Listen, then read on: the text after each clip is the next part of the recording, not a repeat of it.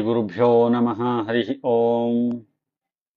सुमुखौ सुन्दरतरौ सुनासौ सुखचित्तनौ सुराराधितपादाब्जौ रमानारायणौ स्तुमः।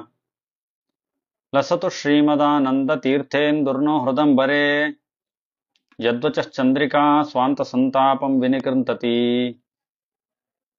चतुरवदननराणि अतिरोहितविमलविज्ञानी ನಿಗಮ ಪ್ರತತಿಗಳಿಗಭಿಮಾನಿ ವೀಣಾಪಾಣಿ ಬ್ರಹ್ಮಾಣಿ ನುತಿಸಿ ಬೇಡುವೆ ಜನನಿ ಲಕುಮಿಪತಿಯ ಗುಣಗಳ ತುತಿಪುದಕ್ಕೆ ಸನ್ಮತಿಯ ಪಾಲಿಸು ನೆಲೆಸು ನೀ ಮದ್ವದನ ಸದನದಲ್ಲಿ. ಆಪಾದಮೂಲಿ ಪರ್ಯಂತಂ ಗುರುಣಾಮಾಕೃತಿಂ ಸ್ಮರೇತ್ ತೇನ ವಿಘ್ನಾಃ ಪ್ರಣಶ್ಯಂತಿ ಸಿದ್ಧ್ಯಂತಿ ಚ ಮನೋರಥಾಃ. ತಪಸ್ವಾಧ್ಯಾಯ ಶುಶ್ರೂಷಾ ಕೃಷ್ಣ ಪೂಜಾ ರತಂ ಮುನಿಂ ವಿಶ್ವೇಶಮಿಷ್ಟದಂ ವಂದೇ ಪರಿವ್ರಾಟ್ ಚಕ್ರವರ್ತಿನಂ. ಶ್ರೀ ಗುರುಭ್ಯೋ ನಮಃ. ಹರಿ ಓಂ. ಪರಮ ಪವಿತ್ರವಾದ ಹರಿವಂಶ ಪುರಾಣದಲ್ಲಿ ಪಿತೃಗಳ ಒಂದು ಮಹತ್ವವನ್ನ ತಿಳಿತಾ, ಶ್ರಾದ್ದವನ್ನ ಮಹತ್ವವನ್ನು ತಿಳಿಬೇಕಾದ್ರೆ 7 ಪಿತೃಗಳ 7 ಗಣಗಳ ಬಗ್ಗೆ ತಿಳ್ಕೊಂಡೆವು.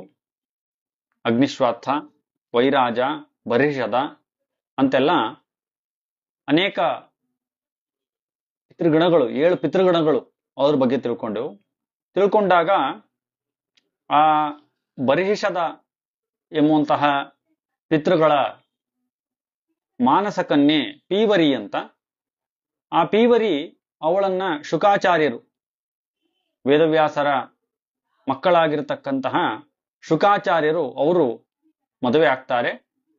ಆ ಶುಕಾಚಾರ್ಯ ಮತ್ತೆ ಪೀವರಿ ಎಲ್ಲಿ ಹುಟ್ಟಿರ್ತಕ್ಕಂಥ ಒಬ್ಬ ರಾಜ, ಅಣೂಹ ಎಂಬುವಂತ ರಾಜ. ಆ ಅಣೂಹ ಎಂಬಂತ ರಾಜನಿಗೆ ಬೃಹದತ್ತ ಎಂಬುವಂತ ಒಬ್ಬ ರಾಜ ಮಗನಾಗಿ ಹುಡ್ತಾನೆ. ಈ ಬೃಹದತ್ತನ ಹೆಸರು ಕೇಳಿದ ತಕ್ಷಣ ಯುಧಿಷ್ಠಿರನಿಗೆ, ಇದು ನಡೀತಾ ಇರೋದು ಭೀಷ್ಮಾಚಾರ್ಯರಿಗೂ ಯುಧಿಷ್ಠಿರಿಗೂ ನಡೀತಾ ಇರ್ತಕ್ಕಂಥ ಸಂವಾದ ಇದು. ಈ ಬೃಹದತ್ತನ ಹೆಸರು ಕೇಳಿದ ತಕ್ಷಣ ಯುಧಿಷ್ಠಿರನಿಗೆ ಕುತೂಹಲ ಆಗ್ಬಿಡ್ತದೆ. ಯಾರಿವನು ಬೃಹದತ್ತ, ಈ ರಾಜ ಯಾರಿವನು ಅಂತ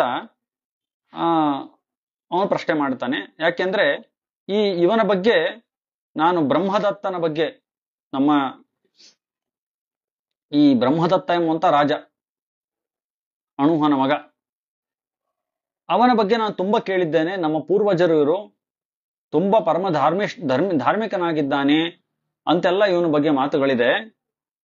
ಅವನ ಚರಿತ್ರೆಯನ್ನ ನನಗೆ ಹೇಳು ಅಂತ ಆ ಬ್ರಹ್ಮದತ್ತನ ಚರಿತ್ರೆಯನ್ನ ಕೇಳಲಿಕ್ಕೆ ಪ್ರಾರಂಭ ಮಾಡ್ತಾನೆ. ಬ್ರಹ್ಮದತ್ತ ಹೇಗಿದ್ದ ಅಂತಂದ್ರೆ, ಬ್ರಹ್ಮದತ್ತೋ ಮಹಾಭಾಗೋ ಯೋಗಿ ರಾಜರ್ಷಿ ಸತ್ತಮಃ ಋತಜ್ಞ ಸರ್ವಭೂತಾನಾಂ ಸರ್ವಭೂತಹಿತೇ ರತಃ.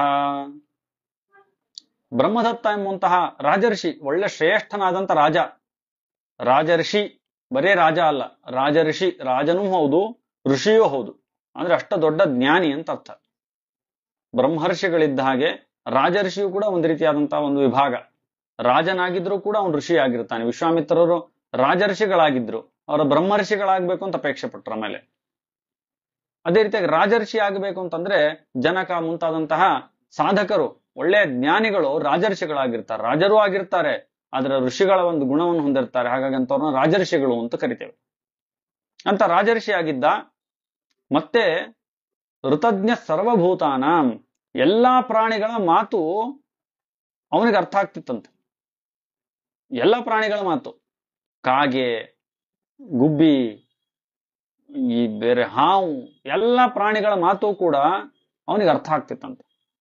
ಅವರವರ ಆ ಪ್ರಾಣಿಗಳ ಪರಸ್ಪರ ಒಂದಿಷ್ಟು ಲ್ಯಾಂಗ್ವೇಜ್ ಇರುತ್ತೆ, ಅವುಗಳಿಗೆ ಮಾತ್ರ ಅರ್ಥ ಆಗುತ್ತೆ. ಆದ್ರೆ ಇವನಿಗೆ ಮಾತ್ರ ಎಲ್ಲಾ ಪ್ರಾಣಿಗಳ ಮಾತು ಅರ್ಥ ಆಗ್ತಿತ್ತಂತೆ. ಅಂತ ಒಂದು ವಿಶಿಷ್ಟವಾದ ಯೋಗ ಸಾಮರ್ಥ್ಯ ಇವನಿಗಿತ್ತು. ಇದು ಬಹಳ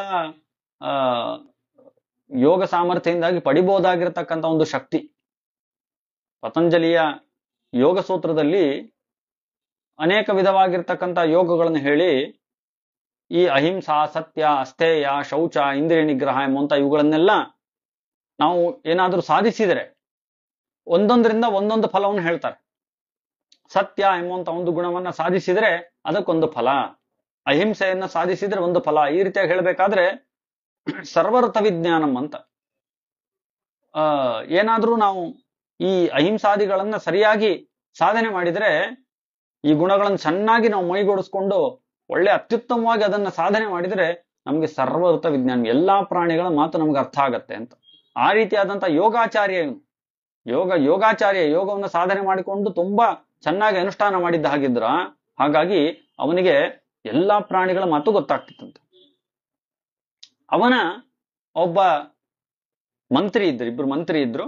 ಒಬ್ಬ ಕಂಡರೀಕ ಅಂತ ಒಬ್ಬ ಮಂತ್ರಿ, ಇನ್ನೊಬ್ಬ ಅವನದ್ದೇ ಗೆಳೆಯ. ಇಬ್ಬರು ಕೂಡ ಗೆಳೆಯರು, ಮಂತ್ರಿಗಳು ಹೌದು ಗೆಳೆಯರು ಹೌದು. ಕಂಡರೀಕ ಮತ್ತೆ ಗಾಲವ ಅಂತ ಇಬ್ಬರು ಗೆಳೆಯರಿದ್ರು.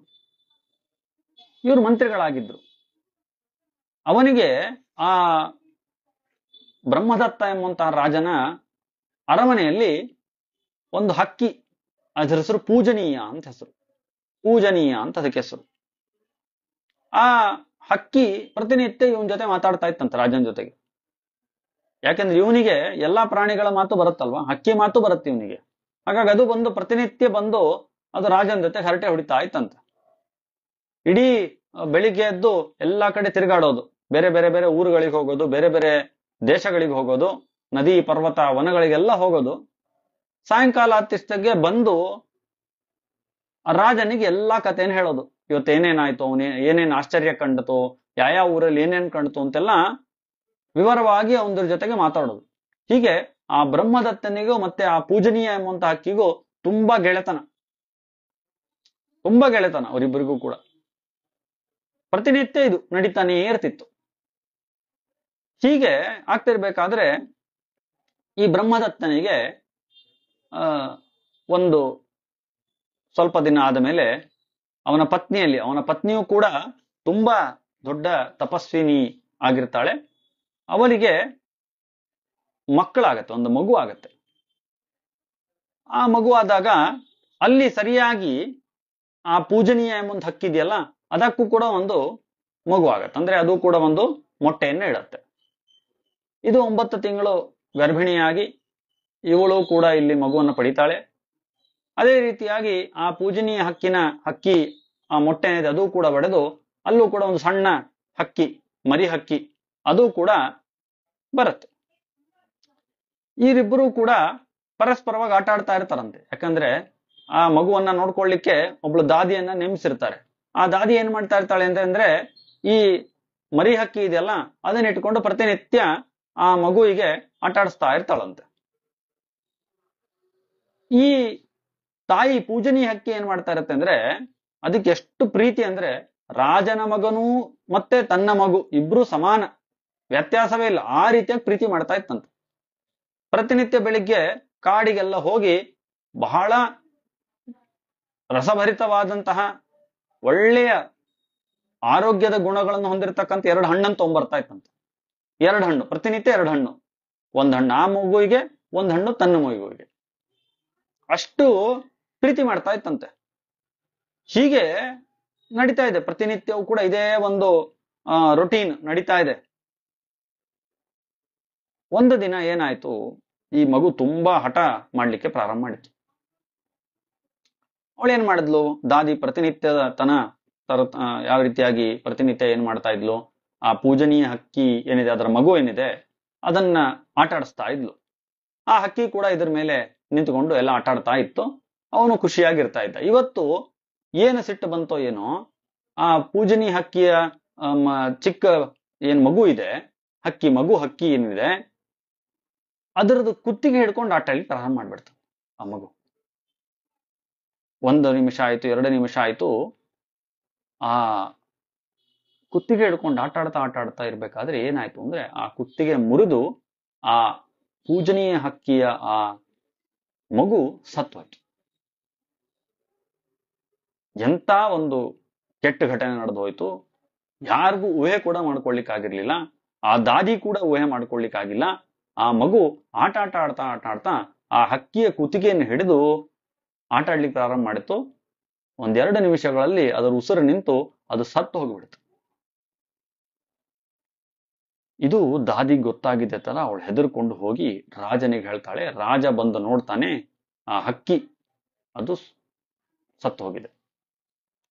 ತುಂಬಾ ದುಃಖ ಪಡ್ತಾನೆ, ತುಂಬಾ ಶೋಕ ಪಡ್ತಾನೆ. ಅಯ್ಯೋ, ನಾ ಹೇಗ್ ಉತ್ತರ ಕೊಡ್ಲಿ, ಈ ಪೂಜನೀಯ ಹಕ್ಕಿಗೆ ನಾ ಹೇಗ್ ಉತ್ತರ ಕೊಡ್ಲಿ, ಏನಂತ ನಾನು ಮುಖ ತೋರಿಸ್ಲಿ ಅಂತ ಅಳ್ತಾ ಇರ್ತಾನೆ. ಆ ದಾದಿಗೆ ಬೈತಾನೆ, ತನ್ನ ಹೆಂಡತಿಗೆ ಬೈತಾನೆ.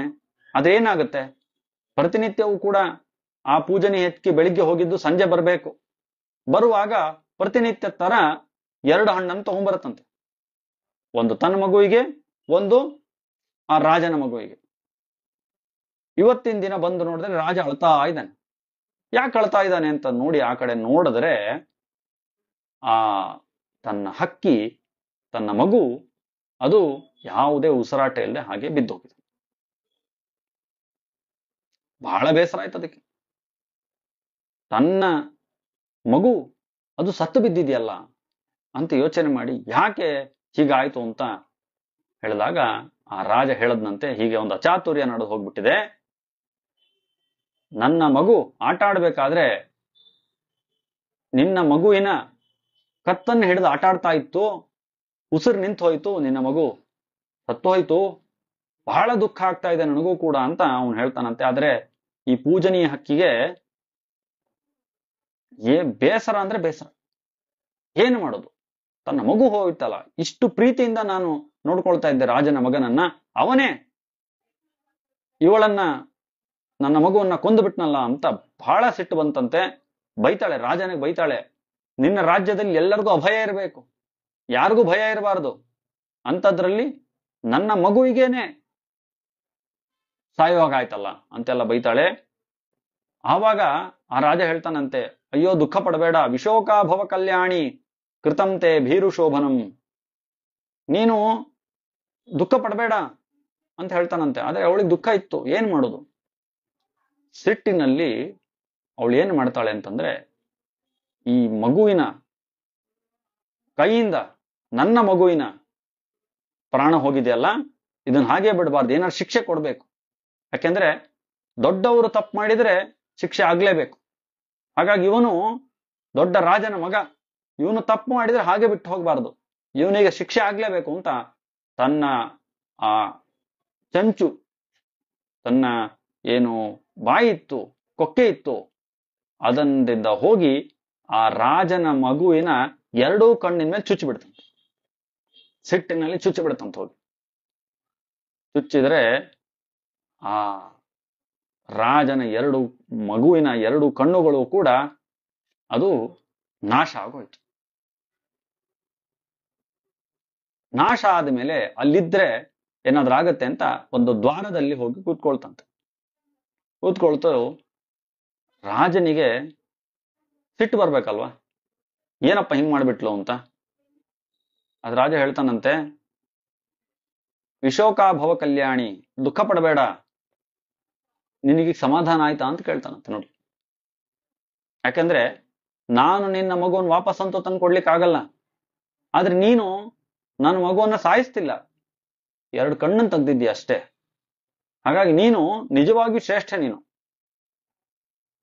ಆದ್ರೆ ನಿನಗೇನ್ ದುಃಖ ಬಂದಿತ್ತು, ಆ ದುಃಖ ಸ್ವಲ್ಪನಾರು ಪರಿಹಾರ ಆಯ್ತಾ ಅಂತ ಕೇಳ್ತಾನಂತೆ. ಇಷ್ಟು ತನ್ನ ಮಗುವಿನ ಕಣ್ಣು ಹೋಗಿದೆ, ಆದ್ರೆ ಅವನು ಯೋಚನೆ ಮಾಡಿದ್ದು ಆ ಹಕ್ಕಿ ಅಷ್ಟು ದುಃಖಿತರಾಗಿರ್ಬೇಕು ತನ್ನ ಮಗುವನ್ನು ಕಳೆದುಕೊಂಡು ಅಂತ ತುಂಬಾ ಯೋಚನೆ ಮಾಡಿದಾಗ ಈ ಮಾತನ್ನು ಹೇಳ್ತಾನಂತೆ. ಹೇಳಿ ಆ ಪೂಜನೀಯ ಹಕ್ಕಿ ಮಾಡಿರ್ತಕ್ಕಂತಹ ಒಂದು ಏನು ಕೃತ್ಯ ಇದೆ ಅದಕ್ಕೆ ಅವನೇನು ಬೇಸರ ಪಡ್ಕೊಳ್ಳಿಲ್ಲ, ದುಃಖ ಆಯ್ತು, ಆದ್ರೆ ಅವಳಿಗೆ ಸಮಾಧಾನ ಆಯ್ತು ಇಲ್ಲೋ ಅಂತ ಯೋಚನೆ ಮಾಡೋದಂತೆ. ಆಮೇಲೆ ಅದು ಹಾರು ಹೋಯ್ತು ಅಂತ ಈ ಕಥೆಯನ್ನ ಹೇಳ್ತಾ ಇದ್ದಾರೆ. ಈ ಕಥೆಯನ್ನ ಭೀಷ್ಮಾಚಾರ್ಯರು ಯುಧಿಷ್ಠಿರನಿಗೆ ಹೇಳಿದ್ರಂತೆ. ಯುಧಿಷ್ಠಿರ ಕೇಳಿದಂತೆ, ಇಂತಹ ಪರಿಸ್ಥಿತಿ ಯಾಕೆ ಬಂತು ಇವನಿಗೆ ಅಂತ ಕೇಳಿದಂತೆ. ಇಂತಹ ಪರಿಸ್ಥಿತಿ ಯಾಕೆ ಇವನಿಗೆ ಬಂತು, ಯಾಕೆ ರಾಜ ತನ್ನ ಮಗ ಈ ರೀತಿ ಆಗಿರುವಂತಹ ಒಂದು ಪ್ರಸಂಗ ಅವನಿಗೆ ಒದಗಿ ಬಂತು ಅಂತೆಲ್ಲ ಕಥೆಯನ್ನ ಹೇಳು, ನನಗೆ ಅದರ ಈ ವೃತ್ತಾಂತವನ್ನು ಹೇಳು, ನಿಜವಾದ ವಿಷಯ ಏನು ಅನ್ನೋದನ್ನ ನಿಮ್ಗೆ ಹೇಳಬೇಕು ಅಂತ ಹೇಳಿದಾಗ ಭೀಷ್ಮಾಚಾರ್ಯರು ಪ್ರಾರಂಭ ಮಾಡ್ತಾರಂತೆ. ಇದು ಇವನ ಈಗಿನ ಜನ್ಮದ್ದು ಸಮಸ್ಯೆ ಅಲ್ಲ, ಇವನದ್ದು 7 ಜನ್ಮಗಳಿಂದ ಸಮಸ್ಯೆ ಪ್ರಾರಂಭ ಆಗಿದೆ ಅಂತ ಕಥೆಯನ್ನ ಪ್ರಾರಂಭ ಮಾಡ್ತಾರಂತೆ. ಅದನ್ನೇ ಸಪ್ತವ್ಯಾಧ ಕಥೆ ಅಂತ ಕರೀತಾರೆ. ಸಪ್ತವ್ಯಾಧಾದ ಶಾರಣೇಶು ಮೃಗಾ ಕಾಲಂಜರೇ ಗಿರವು ಅಂತ ಬರುತ್ತೆ. ಪದ್ಮಪುರಾಣದಲ್ಲೂ ಇದ್ರ ಕಥೆ ಬರುತ್ತೆ, ಹರಿವಂಶದಲ್ಲೂ ಕೂಡ ಈ ಕಥೆ ಬರುತ್ತೆ. ಈ ಸಪ್ತವ್ಯಾಧರು 7 ಬೇಡರು. ಅವ್ರ ಬೇಡರು ಹೇಗಾದ್ರು ಅಂದ್ರೆ, ಬೇಡರಾಗೋಕ್ಕಿಂತ ಮುಂಚೆ ಮೊದಲನೆಯ ಜನ್ಮದಲ್ಲಿ ಅವರು ಕೌಶಿಕ ಋಷಿಯ ಮಕ್ಕಳು. ಕೌಶಿಕ ಅಂತ ಒಬ್ಬ ಋಷಿ. ಆ ಕೌಶಿಕ ಋಷಿಯ ಮಕ್ಕಳಾಗಿದ್ರು 7 ಜನ ಮಕ್ಕಳು. ಆ 7 ಜನ ಮಕ್ಕಳು ಅವರು ತಾವು ಒಳ್ಳೆ ವಿನಯ ಸಂಪನ್ನರಾಗಿದ್ರು ಮೊದಲು. ಆದ್ರೇನಾಯ್ತು ಅಂತಂದ್ರೆ, ಅವರ ತಂದೆ ಅವರು ಮರಣವನ್ನು ಹೊಂದಿದಾಗ ಹೇಳಿದ್ರು, ಹೊಂದೋಗಿಂತ ಮುಂಚೆ ಹೇಳಿ ಹೋದ್ರು, ನೋಡಿ ನಾನಿರಲ್ಲ, ಆದ್ರೆ ನೀವು ಗರ್ಗಾಚಾರ್ಯರ ಬಳಿ ಹೋಗಿ ವೇದಾಧ್ಯಯನವನ್ನೆಲ್ಲ ಮಾಡಬೇಕು, ಹಾಗಾಗಿ ಅವರ ಆಶ್ರಮದಲ್ಲೇ ಹೋಗಿ ವಾಸ ಮಾಡಬೇಕು ಅಂತ ಹೇಳಿದ್ರು. ಅದನ್ನ ಒಪ್ಪಿಕೊಂಡು ಆ 7 ಮಕ್ಕಳು ಕೂಡ ಆ ಗರ್ಗಾಚಾರ್ಯ ಆಶ್ರಮದಲ್ಲಿ ಹೋಗಿದ್ರು. ಗರ್ಗಾಚಾರ್ಯ ಆಶ್ರಮದಲ್ಲಿ ಹೋಗಿದ ತಕ್ಷಣ, ಆಶ್ರಮದಲ್ಲಿ ಗುರುಕುಲದಲ್ಲಿ ಹೋಗಿದ ತಕ್ಷಣ ಗುರುಗಳ ಸೇವೆ ಮಾಡಬೇಕು. ಗುರುಗಳ ಸೇವೆ ಮಾಡಬೇಕು ಅಂದ್ರೆ ಏನ್ ಹೇಳಿದ್ರು ಗುರುಗಳು? ಪ್ರತಿನಿತ್ಯವೂ ಕೂಡ ನೀವೇನ್ ಮಾಡ್ಬೇಕು ಅಂದ್ರೆ, ಈ ಹಸು ಏನಿದೆ ಅದನ್ನ ಆ ಕರುವಿನ ಜೊತೆಗೆ ಕರ್ಕೊಂಡು ಹೋಗಿ ಎಲ್ಲ ಹುಲ್ಲು ಮೇಡುಗಳಲ್ಲೆಲ್ಲ ಅದನ್ನ ಅಲಿಸ್ಕೊಂಡು ಸಂಜೆ ಕರ್ಕೊಂಡು ಬರಬೇಕು ಅಂತ ಸೇವೆಯನ್ನು ಹೇಳಿದ್ರು. ಹೀಗೆ ಸೇವೆಯನ್ನು ಹೇಳಿದಾಗ ಆಯ್ತು ಅಂತ ಮಾಡ್ಲಿಕ್ಕೆ ಅಂತ ಅವರೆಲ್ಲರೂ ಕೂಡ ಒಪ್ಕೊಂಡು ಹೊರಟು. ಅವರಲ್ಲಿ 7 ಜನ ಇದ್ರು. 7 ಜನರಲ್ಲಿ ಎಲ್ಲ ಒಳ್ಳೆ ಒಳ್ಳೆ ಸಾಧುಗಳೇ. ಆದ್ರೆ ಅದರಲ್ಲಿ 2 ತುಂಬಾ ಒಳ್ಳೆಯವರು, 2 ತುಂಬಾ ಕೆಟ್ಟವರು. ಒಬ್ಬ ಕವಿ ಅಂತ, ಇನ್ನೊಬ್ಬ ಪಿತೃವರ್ತಿ ಅಂತ ಅವನ ಹೆಸರು. ಆ 7 ಜನರಲ್ಲಿ 2 ತುಂಬಾ ಒಳ್ಳೆಯವರು, ಆದ್ರೆ ಇನ್ನು 2 ಇದ್ದಾರೆ, ಅವ್ರು ತುಂಬಾ ಕೆಟ್ಟವರು. ಸರಿ, 2 ಹಾಗೆ ಹೋಗ್ತಾ ಇದ್ದಾರೆ. ಒಮ್ಮೆ ಏನಾಯ್ತು, ಹಸಿವಾಯ್ತು, ತುಂಬಾ ಹಸಿವಾಯ್ತು. ಒಬ್ಬ ಆ 7 ಮಕ್ಕಳಲ್ಲಿ ಒಬ್ಬನಿಗೆ, ಅವನಿಗೆ ಕ್ರೋಧನ ಅಂತ ಹೆಸರೇ ನೋಡಿ ಹೇಗಿದೆ, ಕ್ರೋಧನ ಅಂತ ಹೆಸರು. ಅವನಿಗೆ ಹಸಿವಾಯ್ತಂತೆ, ತುಂಬಾ ಹಸಿವಾಯ್ತಂತೆ. ಅವನು ಹೇಳದಂತೆ, ಏನಪ್ಪಾ ಏನ್ ಹಸಿವಾದ್ರೆ ಏನೂ ಕೂಡ ಕಾಣಿಸ್ತಾನೆ ಇಲ್ಲ ಇಲ್ಲಿ, ಒಂದು ಕೆಲಸ ಮಾಡೋಣ, ಈ ಹಸುವನ್ನೇ ನಾವು ಕೊಂದು ತಿಂದು ಬಿಡೋಣ ಅಂತ ಯೋಚನೆ ಬಂತಂತ. ಆವಾಗ ಉಳಿದವ್ರಿಗೆಲ್ಲ ಬಹಳ ಸಿಟ್ಟು ಬಂತಂತೆ. ಹಸುವನ್ನು ಕೊಂದು ತಿನ್ನೋದು ಒಂದೇನೋ, ಅದು ಮಹಾ ಅಪರಾಧ, ಅದರಿಂದ ಹಸುವನ್ನ ಕೊಲ್ಲಬಾರದು, ನಾವು ನಿನ್ನ ಜೊತೆಗೆ ಸೇರ್ಕೊಳ್ಳೋದಿಲ್ಲ ಅಂತ ಬೈತಾರಂತೆ. ಆದ್ರೆ ಅವನು ಹೇಳ್ತಾನಂತೆ, ಹಸಿವಾಗಿದೆ, ಏನು ಇಲ್ಲಿ ಸುತ್ತಮುತ್ತಲು ಏನು ಇಲ್ಲ, ಇನ್ನು ನನ್ಗಿರೋದು ಇದೊಂದೇ ಪರಿಹಾರ, ಆಗ ನಾನಂತೂ ಕೊಂದು ತಿಂತೀನಿ ಅಂತ ಅವನು ಹಠ ಮಾಡ್ಲಿಕ್ಕೆ ಪ್ರಾರಂಭ ಮಾಡಿದಂತೆ. ಆವಾಗ ಇವ್ರಿಗೆ ಗೊತ್ತಾಯ್ತಂತೆ, ಅಕಸ್ಮಾತ್ ನಾವೇನಾದ್ರೂ ತಡೀದೇ ಇದ್ರೆ ಇವನು ಹೆಂಗಂದ್ರು ಕೊಂದೇ ಕೊಲ್ತಾನೆ. ಹಾಗಾಗಿ ಅವ್ರು ಹೇಳಿದ್ರಂತೆ, ಒಂದು ಕೆಲಸ ಮಾಡೋಣ, ಈ ಕೊಲ್ಲಬೇಕು ಅನ್ನೋದಕ್ಕಿಂತ ಮುಂಚೆ ನೀನು ಏನು ಮಾಡು ಅಂದ್ರೆ, ಸ್ವಲ್ಪನಾದ್ರೂ ಇದಕ್ಕೆ ನೀನು ಸರಿಯಾದ ರೀತಿಯಲ್ಲಿ ಮಾಡಬೇಕು ಅಂದ್ರೆ ಶ್ರಾದ್ದವನ್ನ ಮಾಡಿ, ಆ ಶ್ರಾದ್ದ ಅಂಗವಾಗಿ ಈ ಗೋವಿನ ಆಹಾರವನ್ನ ನೀ ಸ್ವೀಕಾರ ಮಾಡು, ಹೇಗಾದ್ರೂ ತಪ್ಪು ಮಾಡಬೇಕು ಅಂತ ನೀ ತೀರ್ಮಾನ ಮಾಡಿದೀಯಾ ಅಂತ ಹೇಳಿ ಅವನಿಗೆ ಹೇಳಿದ್ರಂತೆ. ಸರಿ, ಅವನು ಏನ್ ಮಾಡ್ದ, ಸರಿ ಬಿಡಿ ಏನೋ ಒಂದು ಕಾರಣ ಅಂತ ಹೇಳಿ ಏನ್ ಮಾಡ್ತಾನೆ, ಶ್ರಾದ್ದವನ್ನ ಮಾಡಬೇಕು ಅಂತ ಸಂಕಲ್ಪ ಮಾಡಿ, ಅವನ ಪಿತೃಗಳಿಗೆ ಶ್ರಾದ್ದವನ್ನ ಮಾಡಬೇಕು ಅಂತ ಸಂಕಲ್ಪ ಮಾಡಿ, ಆ ಗೋವಿಗೆ ನೀರನ್ನ ಪ್ರೋಕ್ಷಣೆ ಮಾಡಿ, ಆ ಗೋವಿನ ಹನನನ್ನು ಮಾಡಿ, ಆ ಮಾಂಸದಿಂದ ಪಿತೃಶ್ರಾದ್ದವನ್ನ ಮಾಡಿ, ಆ ಶೇಷವನ್ನ, ಅಂದ್ರೆ ಪಿತೃಶ್ರಾದ್ದ ಮಾಡಿದ ಮೇಲೆ ಶೇಷ ಇರುತ್ತಲ್ಲ, ಶೇಷವನ್ನ ಅವನು ತಿಂದು ಬಿಡ್ತಾನಂತ. ಅವನು ಮಾತ್ರ ತಿನ್ನೋದಿಲ್ಲ, ಉಳಿದವರು ಕೂಡ ತಿಂತಾರೆ. ಎಂತ ದುರ್ಘಟನೆ ನೋಡಿ, ಹಸುವನ್ನೇ ಕೊಂದು ಬಿಡ್ತಾರೆ. ಪದ್ಮಪುರಾಣ ಹೇಳುತ್ತೆ, ಅವರು ಕ್ರಮ ಪ್ರಕಾರವಾಗಿ ಶ್ರಾದ್ದದಲ್ಲಿ 3 ಜನ ಪಿತಾಮಹ ಪ್ರಪಿತಾಮಹ 3 ಜನ, ಅವ್ರ ಜಾಗದಲ್ಲಿ 3 ಜನ ಕೂಡಿಸಿದಂತೆ. ಇನ್ನ ವಿಶ್ವದೇವತೆಗಳ ಸ್ಥಾನದಲ್ಲಿ ಅವರಲ್ಲಿ ಇಬ್ಬರನ್ನು ಕೂಡಿಸದಂತೆ, 5 ಜನ ಆಯ್ತಾ. ಒಬ್ಬ ಅತಿಥಿ, ಒಬ್ಬ ಕರ್ತೃ. ಹಾಗಾಗಿ ಶ್ರಾದ್ದದಲ್ಲಿ ಮೊದಲು 3 ಜನ, ಆ ಪಿತಾಮಹ ಪ್ರಪಿತಾಮಹರಿಗೆ ಮತ್ತೆ ವಿಶ್ವದೇವತೆಗಳಿಬ್ಬರಿಗೆ ಆ ಮಾಂಸದಿಂದ ಮಾಡಿರ್ತಕ್ಕಂಥ ಆಹಾರವನ್ನು ಬಡಿಸಿ ಕೊನೆಗೆ ಅತಿಥಿಗೆ ಬಡಿಸಿ ಆಮೇಲೆ ನಾರ್ಮಲ್ ಆಗಿ ಶ್ರಾದ್ದದಲ್ಲಿ ನಾವು ಕೇಳಬೇಕಾದ್ರೆ ಪಿತೃಶೇಷೇಣ ಕಿಂ ಕ್ರಿಯತಾಂ ಅಂತ ಕೇಳ್ತಾರೆ. ಅವಾಗ ಅವ್ರು ಬ್ರಾಹ್ಮಣರು ಇಷ್ಟೈ ಸಹ ಭುಜ್ಯತಾಂ, ನಿನ್ನ ಪರಿವಾರ ಜೊತೆಗೆ ನೀವು ಊಟ ಮಾಡಪ್ಪ ಅಂತ ಹೇಳ್ತಾರಲ್ಲ, ಅದನ್ನೇ ಪ್ರಸಾದ ಅಂತ ಈಗೆಲ್ಲ ಹಾಕ್ತಾರಲ್ಲ, ಅದೆಲ್ಲ ಪಿತೃಶೇಷನೇ ಅದೆಲ್ಲವೂ ಕೂಡ. ಹಾಗಾಗಿ ಆ ರೀತಿಯಾಗಿ ಇವನು ಕೂಡ ಏನ್ ಮಾಡಿದ, ಪಿತೃಶೇಷ ಅಂತ ಹೇಳಿ ತಾನು ಕೂಡ ಅದನ್ನು ತಿಂದುಬಿಟ್ಟ. ಎಂತ ಘೋರವಾದ ಅಪರಾಧ ನೋಡಿ, ಹಸುವನ್ನೇ ಕೊಂದುಬಿಟ್ಟ. ಹಸು ಅದನ್ನ ಕೊಲ್ಲಿಕ್ಕೆ ಹಸುವನ್ನಲ್ಲ ಯಾವ ಪ್ರಾಣಿಯನ್ನೂ ಕೊಲ್ಲಬಾರದು ಅಂತ ವೇದ ಹೇಳುತ್ತೆ.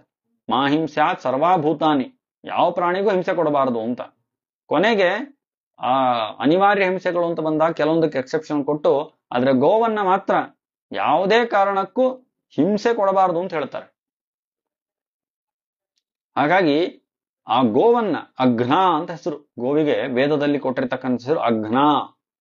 ಅಘ್ನ ಅಂತಂದ್ರೆ ಕೊಲ್ಲಿಕ್ಕೆ ಸಾಧ್ಯವೇ ಇಲ್ಲ, ಯಾವುದೇ ಕಾರಣಕ್ಕೂ ಕೊಲ್ಲಬಾರದು. ಆ ರೀತಿಯಾಗಿರ್ತಕ್ಕಂತಹ ಒಂದು ಶ್ರೇಷ್ಠವಾದ ಪವಿತ್ರವಾದ ಪ್ರಾಣಿ ಹಸು. ಆ ಹಸುವನ್ನೇ ಕೊಂದು ಬಿಟ್ಟು ಶ್ರಾದ್ದ ಮಾಡಿಬಿಟ್ರು. ಹಸುವನ್ನು ಯಾವುದೇ ಕಾರಣಕ್ಕೂ ಕೊಲ್ಲಬಾರದು ಅಂತ.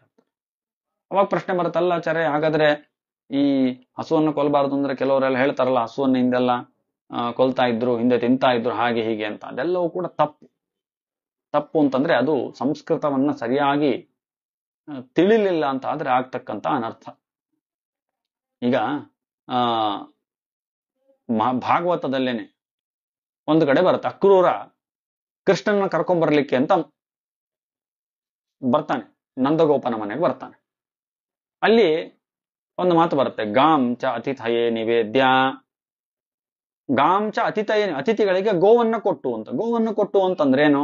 ಓ, ಹಾಗಾದ್ರೆ ನಂದಗೋಪನ ಮನೆಯಲ್ಲಿ ಬೇಕಾದಷ್ಟು ಗೋಗಳಿತ್ತು, ಅದ್ರಲ್ಲಿ ಒಂದು ಗೋ ಕಡಿದು ಮಾಂಸ ಮಾಡಿ ಕೊಟ್ರು ಅಂತ ಅರ್ಥ. ಅಂತ ಮಾಡಿಬಿಟ್ರೆ ನಮ್ಮಷ್ಟು ಮೂರ್ಖರು ಇನ್ನೊಬ್ರು ಇರ್ಲಿಕ್ಕೆ ಸಾಧ್ಯ. ಯಾಕಂದ್ರೆ ಅಷ್ಟು ಗೋವುಗಳನ್ನ ಪರಿಪಾಲನೆ ಮಾಡ್ತಾ ಇರೋನು, ಗೋವಿನ ಉತ್ತಮವಾಗಿ ಸೇವೆಯನ್ನ ಮಾಡ್ತಾ ಇದ್ದಂತ ನಂದಗೋಪ ಗೋವನ್ ಕೊಲ್ಲಿಕ್ಕೆ ಸಾಧ್ಯನಾ? ಹಾಗಾದ್ರೆ ಏನರ್ಥ ಅಂತಂದ್ರೆ, ಅದಕ್ಕೆ ನಾವು ನಿರುಕ್ತ ಎಂಬಂತ ಗ್ರಂಥವನ್ನು ನೋಡ್ಬೇಕು. ಅಲ್ಲಿ ಗೊತ್ತಾಗತ್ತೆ ಸರಿಯಾಗಿ ಹೇಗೆ ಅರ್ಥ ಮಾಡ್ಬೇಕು ಅಂದ್ರೆ, ಗೋವಂತಂದ್ರೆ ಗೋವಿನ ವಿಕಾರಗಳು ಅಂತ ಅರ್ಥ. ಗೋವಿನ ವಿಕಾರಗಳು ಅಂದ್ರೆ ಪ್ರಾಡಕ್ಟ್ ಆಫ್ ಕೌಸ್ ಅಂತ ಅರ್ಥ. ಗೋವಿನ ಪ್ರಾಡಕ್ಟ್ಗಳು, ಹಾಲು, ಮೊಸರು, ತುಪ್ಪ ಮುಂತಾದಂತ ಹಾಲಿನ ಪದಾರ್ಥಗಳೇನಿದೆಯಲ್ವಾ, ಗವ್ಯಗಳು ಅಂತ ಕರಿತೀವಲ್ಲ, ಅದು. ಗಾಂಚ ಅತಿಥಯೇ ನಿವೇದ್ಯ ಅಂದ್ರೆ ಅತಿಥಿಗಳು ಬಂದ ತಕ್ಷಣ ಗೋವಿನ ಪ್ರಾಡಕ್ಟ್ಗಳೇನಿದೆ ಅದನ್ನು ಕೊಟ್ರು ಅಂತ. ಹಿಂದೆ ಯಾವುದೇ ಒಬ್ಬ ಅತಿಥಿ ಮನೆಗೆ ಬರ್ಬೇಕಾದ್ರೆ ಅವನಿಗೆ ಅರ್ಘ್ಯ, ಪಾದ್ಯ, ಆಚಮನ, ಮಧುಪರ್ಕ ಅಂತ ಕೊಡುವಂಥದ್ದು. ಈಗಲೂ ಕೂಡ ಪರಮಾತ್ಮನಿಗೆ ನಾವು ಷೋಡಶೋಪಚಾರ ಮಾಡ್ಬೇಕಾದ್ರೆ ಅದ್ರಲ್ಲಿ ಮಧುಪರ್ಕ ಅಂತ ಕೊಡ್ತೀವಿ. ಮಧುಪರ್ಕ ಅಂದ್ರೇನು? ದಧಿ ಮಧ್ವಾಜ್ಯ ಸಂಯುತಂ, ಅಥವಾ ದಧಿ ಅಂದ್ರೆ ಮೊಸರು, ತುಪ್ಪ ಮತ್ತೆ ಜೇನುತುಪ್ಪ ಹಾಕಿ ಒಂದು ಕಡೆದು ಒಂದು ಕುಡಿಲಿಕ್ಕೆ ಕೊಡುವಂಥದ್ದು. ಅಥವಾ ಹಾಲು ಮತ್ತೆ ತುಪ್ಪ ಮತ್ತೆ ಜೇನುತುಪ್ಪ ಇಷ್ಟನ್ನು ಹಾಕಿ ಕೊಡುವಂಥದ್ದು. ಇದನ್ನ ತ್ರಿಮಧುರ ಅಥವಾ ಮಧುಪರ್ಕ ಅಂತ ಕರಿತೀವಿ. ಈ ಮಧುಪರ್ಕವನ್ನ ಕೊಡ್ತಕ್ಕಂಥ ಸಂಪ್ರದಾಯ ಹಿಂದೆಲ್ಲ. ಮನೆಗೆ ಬಂದ ತಕ್ಷಣ ಅತಿಥಿಗಳಿಗೆ ಮೊದಲು ಇದನ್ನ ಕೊಡ್ತಾ ಇದ್ರು. ಅದನ್ನ ಹೇಳಿದ್ದಲ್ಲಿ ಅಕ್ರೂರ ಮನೆಗೆ ಬಂದ ತಕ್ಷಣ ಮೊದಲು ಅವನಿಗೆ ಮಧುಪರ್ಕವನ್ನ ಕೊಟ್ಟನಂತೆ ನಂದಗೋಪ ಅಂತ ಹೇಳಿದ್ದು. ಅದನ್ನ ನಾವು ಸುಮ್ಮನೆ ಅಮರಕೋಶ ಓದ್ಕೊಂಡು ಗೋವಂತಂದ್ರೆ ಹಸು ಅಂತ ಅರ್ಥ ಮಾಡಿ ಹಸುವನ್ನೇ ಕೊಟ್ಟು ಬಿಟ್ಟ ತಿನ್ಲಿಕ್ಕೆ ಅಂತ ಅರ್ಥ ಮಾಡಿದ್ರೆ ನಮ್ಮಷ್ಟು ಮೂರ್ಖರು ಯಾರಿರ್ಲಿಕ್ಕೆ ಸಾಧ್ಯ ಇಲ್ಲ. ಯಾಕೆಂದ್ರೆ ವೇದ ಅಷ್ಟು ಸ್ಪಷ್ಟವಾಗಿ ಹೇಳತ್ತೆ, ಅಘ್ನ, ಅವಳು ಯಾವುದೇ ಕಾರಣಕ್ಕೂ ಅವಳನ್ನು ಕೊಲ್ಲಬಾರದು ಅಲ್ಲ. ಹಾಗಾದ್ರೆ ನಮ್ಮ ಪವಮಾನ ಸೂಕ್ತ ಎಲ್ಲ ನಾವು ಪಾರಾಯಣ ಮಾಡ್ತಿರ್ಬೇಕಾದ್ರೆ ಅಲ್ಲಿ ಬರುತ್ತೆ, ಗೋಘ್ನಾಸ್ತಸ್ಕಾರತ್ವ ಸ್ತ್ರೀವಾಜಾಚ ಕಿಲ್ಬೀಷಂ ಅಂತ ಬರುತ್ತೆ. ಇದೆಲ್ಲ ಗೋಹತ್ಯೆ, ಇದೆಲ್ಲ ಏನೇ ಪಾಪ ಮಾಡಿದ್ರು ಪವಮಾನ ಸೂಕ್ತ ಪಾರಾಯಣ ಮಾಡೋದ್ರಿಂದ ಅದು ಪರಿಹಾರ ಆಗುತ್ತಲ್ಲ ಅಂತ ಹೇಳಿದಾರಲ್ವಾ ಆಚಾರ್ಯ. ಹಾಗಾದ್ರೆ ಗೋಹತ್ಯೆ ಮಾಡಬಹುದು ಅಂತ ಆಯ್ತಲ್ವಾ ಅಂತ ಬರುತ್ತೆ. ಅಲ್ಲಿ ಗೋಹತ್ಯೆ ಮಾಡಿದ್ರೆ ಯಾವುದೇ ಪ್ರಾಯಶ್ಚಿತ್ತವೇ ಇಲ್ಲ. ಹಾಗಾದ್ರೆ ಗೋಘ್ನಾತ್ ಅಂತ ಯಾಕೆ ಹೇಳಿದ್ದು ಅಂತಂದ್ರೆ, ಗೋಹತ್ಯೆ ಮಾಡೋದು ಅಂದ್ರೆ ಗೋನ್ ಹೋಗಿ ನೇರವಾಗಿ ಕಡಿಯೋದಿದೆಯಲ್ಲ, ಅದು ಮಾತ್ರ ಗೋಹತ್ಯೆ ಅಲ್ಲ. ಅಂದ್ರೆ ಅದು ನಿಜವಾದ ಗೋಹತ್ಯೆ. ಆದ್ರೆ ಕೆಲವೊಂದ್ಸಲಿ ಗೋಹತ್ಯೆ ಗೋಹತ್ಯೆಗೆ ಸಮಾನವಾದ ಪಾಪಗಳಂತ ನಮ್ಮಲ್ಲಿ ಹೇಳಿದ್ದಾರೆ. ಈಗ ಸುರಾಪಾನ ಅಂತ ಹೇಳ್ತೀವಿ. ಸುರಾಪಾನ ಅಂತ ಹೇಳಿದ್ರೆ ನೇರವಾಗಿ ಸುರೇನು ಕುಡಿಯೋದಿಲ್ಲ, ಸುರಾಪಾನ ಅದಲ್ಲ. ನಾವೇನಾದ್ರೂ ನಿಂತುಕೊಂಡು ನೀರು ಕುಡಿದ್ರು ಕೂಡ ಸುರಾಪಾನ ಅಂತ ಕರೀತಾರೆ ಅದನ್ನ. ಹಾಗಾದ್ರೆ ಕೆಲವೊಂದ್ಸಲಿ ನಾವು ಏನು ಇದು ನಮಗೆ ಏನಾದ್ರೂ ಅನಿವಾರ್ಯತೆ ಬಂದ್ರೆ ಅಥವಾ ಗಮನಕ್ಕೆ ಬರದೇನೆ ನಿಂತು ನೀರು ಕುಡಿತಾ ಇರ್ತೀವಿ. ಅದರಿಂದ ಸುರಾಪಾನ ಸಮ ದೋಷ ಬರುತ್ತೆ ನಮಗೆ. ಅಂತಹ ಗೊತ್ತಿಲ್ಲದೆ ಇರತಕ್ಕಂಥ ದೋಷಗಳೆಲ್ಲವನ್ನು ಕೂಡ ಈ ಪವಮಾನ ಸೂಕ್ತ ಪಾರಾಯಣ ಮಾಡೋದ್ರಿಂದ ಪರಿಹಾರ ಮಾಡ್ಕೋಬಹುದು ಅಂತ ಅರ್ಥ ಅಷ್ಟೇ ಹೊರತು, ನಾನು ಹೋಗಿ ಸುರಾಪಾನ ಮಾಡಿ ಪವಮಾನ ಸೂಕ್ತ ಪಾರಾಯಣ ಮಾಡಿದ್ರೆ ನನಗೆ ಪರಿಹಾರ ಆಗತ್ತೆ ಅಂತ ಅರ್ಥ ಅಲ್ಲ. ಹಾಗೆ ಗೋವನ್ನು ಹತ್ಯೆ ಮಾಡಿ ಪವಮಾನ ಸೂಕ್ತ ಪಾರಾಯಣ ಮಾಡ್ತೀನಿ ಅಂದ್ರೆ ಅದು ಪರಿಹಾರ ಅಂತ ಅರ್ಥ ಅಲ್ಲ. ಹಾಗಾಗಿ ಗೋವನ್ನ ಯಾವುದೇ ಕಾರಣಕ್ಕೂ ಕೊಲ್ಲಲೇಬಾರದು, ಅದು ಸ್ಪಷ್ಟವಾದಂತಹ ವೇದದ ಆದೇಶ. ಇವ್ರೇನ್ ಮಾಡಿದ್ರು, ಆ ಗೋವನ್ನ ಕೊಂದು ಶ್ರಾದ್ದವನ್ನ ಮಾಡಿಬಿಟ್ರು. ವಾಪಸ್ಸು ಮನೆಗೆ, ಗುರುಗಳ ಮನೆಗೆ, ಗರ್ಗಾಚಾರ್ಯರ ಮನೆಗೆ ಬರ್ಬೇಕಾದ್ರೆ, ತಮ್ಮ ಗುರುಕುಲಕ್ಕೆ ವಾಪಸ್ ಬರ್ಬೇಕಾದ್ರೆ ಕೇಳಿದ್ರು, ಎಲ್ಲಿದೆ ಹಸು, ಎಲ್ಲಿದೆ ಅಂತ ಕೇಳಿದ್ರು. ಅವ್ರು ಸುಳ್ಳು ಹೇಳಿಬಿಟ್ರು. ಹಸುವನ್ನ ಹುಲಿ ತಿಂದ್ಕೊಂಡು ಹೋಯ್ತು, ಈ ಕರು ಮಾತ್ರ ಉಳಿದಿದೆ, ಅದನ್ನ ನಾವು ತಂದಿದ್ದೇವೆ ಅಂತ ಅಂದ್ಬಿಟ್ರು. ನೋಡಿ, ಸುಳ್ಳು ಹೇಳಿದ್ರು, ಗುರುಗಳಿಗೆ ಸುಳ್ಳು ಹೇಳಿದ್ರು. ಒಂದು ದೊಡ್ಡ ತಪ್ಪು ಕೆಲಸ ಬೇರೆ ಮಾಡಿದ್ರು, ಸುಳ್ಳು ಬೇರೆ ಹೇಳಿದ್ರು. ಈ ಸುಳ್ಳನ್ನ ಹೇಳಿದಾಗ ಪಾಪ ಗುರುಗಳೇನ್ ಮಾಡಿದ್ರು, ಪಾಪ ಸೌಮ್ಯ ಸ್ವಭಾವದ ಗುರುಗಳು ಹೌದಾ ಇರ್ಬೋದು ಅಂತ ನಂಬಿದ್ರು. ಇವರು ಆಯ್ತಲ್ಲ, ಹಾಗಾದ್ರೆ ನಮ್ದು ಪ್ಲಾನ್ ಸಕ್ಸಸ್ ಆಯ್ತು ಅಂತ ಇವರು ಕೂಡ ಖುಷಿಯಲ್ಲಿದ್ರು. ನೋಡಿದ್ರೆ ಈ 7 ಜನರು ಕೂಡ ಒಂದೇ ದಿನ ಸತ್ರಂತೆ. 7 ಜನರು ಕೂಡ ಸತ್ತು ಒಂದು ಬೇಡರಾಗಿ ಹುಟ್ಟಿದ್ರಂತೆ. ಕಾಡಿನಲ್ಲಿ ಬೇಡರಾಗಿ ಹುಟ್ಟಿದ್ರಂತೆ. 7 ಜನರು ಕೂಡ ಕಾಡಿನಲ್ಲಿ ಬೇಡರಾಗಿ ಹುಟ್ಟುತ್ತಾರೆ. ಸಪ್ತವ್ಯಾದ ದಶಾರಣೇಶು, ದಶಾರಣ ಅಂತ ದೇಶ, ದಶಾರಣ ಅಂತಂದ್ರೆ 10 ನದಿಗಳು ಹರಿಯುವಂತಹ ಪ್ರದೇಶವನ್ನ ದಶಾರಣ ಪ್ರದೇಶ ಅಂತ ಕರಿತೀವಿ. ಉದಾಹರಣೆ ಪಂಜಾಬ್ ಅಂತಿಲ್ವಾ, 5 ನೀರು ನದಿ ಇರುವಂತದ್ರಿಂದ ಅದನ್ನು ಪಂಜಾಬ್ ಅಂತ ಕರೀತಾರೆ. ಆ ರೀತಿ ದಶಾರಣ 10 ನದಿಗಳು ಇರತಕ್ಕಂತಹ ಪ್ರದೇಶವನ್ನ ದಶಾರಣ ಪ್ರದೇಶ ಅಂತ ಕರೀತಾರೆ. ಆ ದಶಾರಣ ಪ್ರದೇಶದಲ್ಲಿ ಈ ಎಲ್ಲಾ 7 ಜನರು ಕೂಡ ಬ್ರಾಹ್ಮಣ ವಟುಗಳಾಗಿದ್ದಂತಹ ಇವರು ಅಂತಹ ಮಹಾಪಾಪ ಕೆಲಸ ಮಾಡಿದ್ರಿಂದ ಆ ಬೇಡರಾಗಿ ಹುಟ್ಟುತ್ತಾರೆ. ಆ ಬೇಡರಾಗಿ ಹುಟ್ಟಿದಾಗ ಒಂದೇನಪ್ಪಾ ಅಂದ್ರೆ, ಇವರು ಆ ಶ್ರಾದ್ದ ಮಾಡೋ ಕಾಲಕ್ಕೆ ಎಲ್ಲಾ ಮಂತ್ರಗಳನ್ನು ಕೂಡ ಸ್ಪಷ್ಟವಾಗಿ ಉಚ್ಚಾರಣೆ ಮಾಡಿದ್ರಿಂದ, ಪಾಪ ಕೆಲಸ ಮಾಡಿದ್ರು ಕೂಡ ಆ ಮಂತ್ರಗಳನ್ನು ಹೇಳಿದಿರೋ ಪ್ರಭಾವದಿಂದ ಏನಾಯ್ತು ಅಂದ್ರೆ, ಅವ್ರಿಗೆ ಹಿಂದಿನ ತಮ್ಮ ಜನ್ಮದ ಸ್ಮರಣೆ ಇತ್ತಂತೆ. ಅದನ್ನ ಜಾತಿ ಸ್ಮರ ಅಂತ ಕರೀತಾರೆ. ಸಂಸ್ಕೃತದಲ್ಲಿ ಅದನ್ನ ಜಾತಿ ಸ್ಮರ ಅಂತ ಕರೀತಾರೆ. ಹಾಗೆ ಹಿಂದಿನ ಜನ್ಮದ ಸ್ಮರಣೆ ಇತ್ತಂತೆ. ಹಿಂದಿನ ಜನ್ಮದಲ್ಲಿ ನಾವೇನಾಗಿದ್ವಿ, ಏನ್ ಕಥೆ ಅಂತೆಲ್ಲ ಅವ್ರಿಗೆ ನೆನಪಿತ್ತಂತೆ. ಅದರಿಂದ ಅವರಿಗೆ ಗೊತ್ತಾಯ್ತು, ನಾವಿಂತ ದೊಡ್ಡ ತಪ್ಪು ಕೆಲಸ ಮಾಡಿದ್ದೇವೆ ಅಂತ ಗೊತ್ತಾಯ್ತು. ಹಾಗೆ ಬೇಡರಾಗಿ ಹುಟ್ಟಿದ್ರೂ ಕೂಡ ಅವರು ಸಾಮಾನ್ಯರಂತೆ ಬೇಡರಂತೆ ಬರೀ ಪ್ರಾಣಿಗಳನ್ನ ಕೊಂದು ತಿನ್ನೋದು ಆ ರೀತಿಯಾಗಿ ಜೀವನವನ್ನು ನಡೆಸ್ತಿಲ್ಲ. ತಮ್ಮ ತಂದೆ ತಾಯಿಯರು ಅವರ ಜೀವನಕ್ಕೆ ಎಷ್ಟು ಮಾಂಸ ಮೊದಲಾದವುಗಳೆಲ್ಲ ಬೇಕು ಅಷ್ಟು ಮಾತ್ರ ಬೇಟೆಯಾಡಿ, ತಾವು ಮಾತ್ರ ಅದನ್ನ ಸ್ವೀಕಾರ ಮಾಡದೆ ತಾವು ನಿತ್ಯ ತಮ್ಮ ಸ್ವಧರ್ಮ ಏನಿದೆಯೋ, ಬೇಡರ ಧರ್ಮಗಳೇನಿದೆಯೋ ಅದನ್ನೆಲ್ಲವನ್ನು ಪಾಲನೆ ಮಾಡಿಕೊಂಡು ತುಂಬಾ ಸಾತ್ವಿಕವಾಗಿ ಜೀವನವನ್ನು ಮಾಡಿದ್ರಂತೆ. ಅದು ಯಾವ್ದ್ರ ಪ್ರಭಾವ ಅಂದ್ರೆ, ಹಿಂದಿನ ಜನ್ಮದಲ್ಲಿ ಆ ಶ್ರಾದ್ದದಲ್ಲಿ ಹೇಳಿರ್ತಕ್ಕಂಥ ಮಂತ್ರದ ಪ್ರಭಾವ. ಲೆಕ್ಕ ಹಾಕಿ ನೀವು ಎಷ್ಟಿದೆ ಅಂತ. ಮಂತ್ರದಿಂದಲೇ ಅಷ್ಟು ದೊಡ್ಡ ಮಹಾಪಾಪ ಮಾಡಿದ್ರು ಕೂಡ ಒಂದು ಹಿಂದಿನ ಜನ್ಮ ಸ್ಮರಣೆ ಅನ್ನುವಂಥದ್ದು ಇತ್ತು ಅವರಿಗೆ ಆ ಪುಣ್ಯದಿಂದ. ಹಾಗಾಗಿ ಅವರು ಆ ಸ್ಮರಣೆ ಇದ್ದದ್ರಿಂದ ಚೆನ್ನಾಗಿ ಜೀವನವನ್ನು ಮಾಡಿದ್ರು, ಯಾವುದೇ ಹಿಂಸೆಯನ್ನ ಮಾಡಲಿಲ್ಲ. ಅದಾದ ಮೇಲೆ ಆ ಬೇಡರ ಒಂದು ಆ ಜನ್ಮ ನಿಜ ತಮ್ಮ ತಂದೆ ತಾಯಿಗೆ ಯಾವ ರೀತಿಯಾಗಿ ಅವರ ಕೊನೆಯ ಕಾಲದ ತನಕ ನಾವು ಅವ್ರನ್ನ ನೋಡ್ಕೊಳ್ಬೇಕು, ಅದು ಅವ್ರ ಕರ್ತವ್ಯ. ಬೇಡರ ಕರ್ತವ್ಯ ಅದು, ಅಥವಾ ಯಾರ್ದು ಕರ್ತವ್ಯ, ಎಲ್ಲರದು ಕರ್ತವ್ಯ. ಆಗ ಅವ್ರೇನ್ ಮಾಡಿದ್ರು, ತಮ್ಮ ತಂದೆ ತಾಯಿ ಇರೋ ತನಕ ಅವರ ಎಲ್ಲಾ ಕರ್ತವ್ಯಗಳನ್ನು ತಾವು ಮಾಡ್ತಾ, ಮತ್ತೆ ವಿಶೇಷವಾಗಿ ಅವರ ಬೇಕು ಬೇಡಗಳನ್ನೆಲ್ಲವನ್ನು ಕೂಡ ಇವರು ತಿಳ್ಕೊಂಡು ಅವರಿಗೆ ಬೇಕಾಗುವಂತ ಎಲ್ಲಾ ಕೆಲಸಗಳನ್ನು ಮಾಡ್ತಾ, ತಾವು ಮಾತ್ರ ಅದನ್ನ ಯಾವುದನ್ನು ತಗೊಳ್ತಾ ಇರ್ಲಿಲ್ಲ. ತಾವು ಮಾತ್ರ ನಿತ್ಯ ಪರಮಾತ್ಮನಲ್ಲಿ ರತರಾಗಿ, ಪರಮಾತ್ಮನಲ್ಲಿ ಆಸಕ್ತರಾಗಿ ಧ್ಯಾನ ಅನುಷ್ಠಾನ, ತಮ್ಮ ಏನು ಈ ಅವರಿಗೆ ಏನೇನು ವಿಧಾನಗಳಿದೆಯೋ, ಬೇಡ ಧರ್ಮದಲ್ಲಿ ಏನೇನು ಮಾಡ್ಬೇಕು ಅಂತಿಲ್ಲ ವಿಧಾನಗಳಿದೆಯೋ ಅದನ್ನೆಲ್ಲ ಮಾಡಿಕೊಂಡು ಅವರು ಜೀವನ ನಡೆಸ್ತಾ ಇದ್ದಂತೆ. ಕೊನೆಗೆ ಏನ್ ಮಾಡಿದ್ರು ಅಂದ್ರೆ, ಅವರ ತಂದೆ ತಾಯಿ ಎಂದರೆಲ್ಲರೂ ಕೂಡ ನಿಧನರಾದಾಗ ಇವರು ಮಾತ್ರ ಇದ್ದಾಗ 7 ಜನರು ಕೂಡ ಅವರು ಪ್ರಾಯೋಪವೇಶವನ್ನು ಮಾಡಿದ್ರಂತೆ.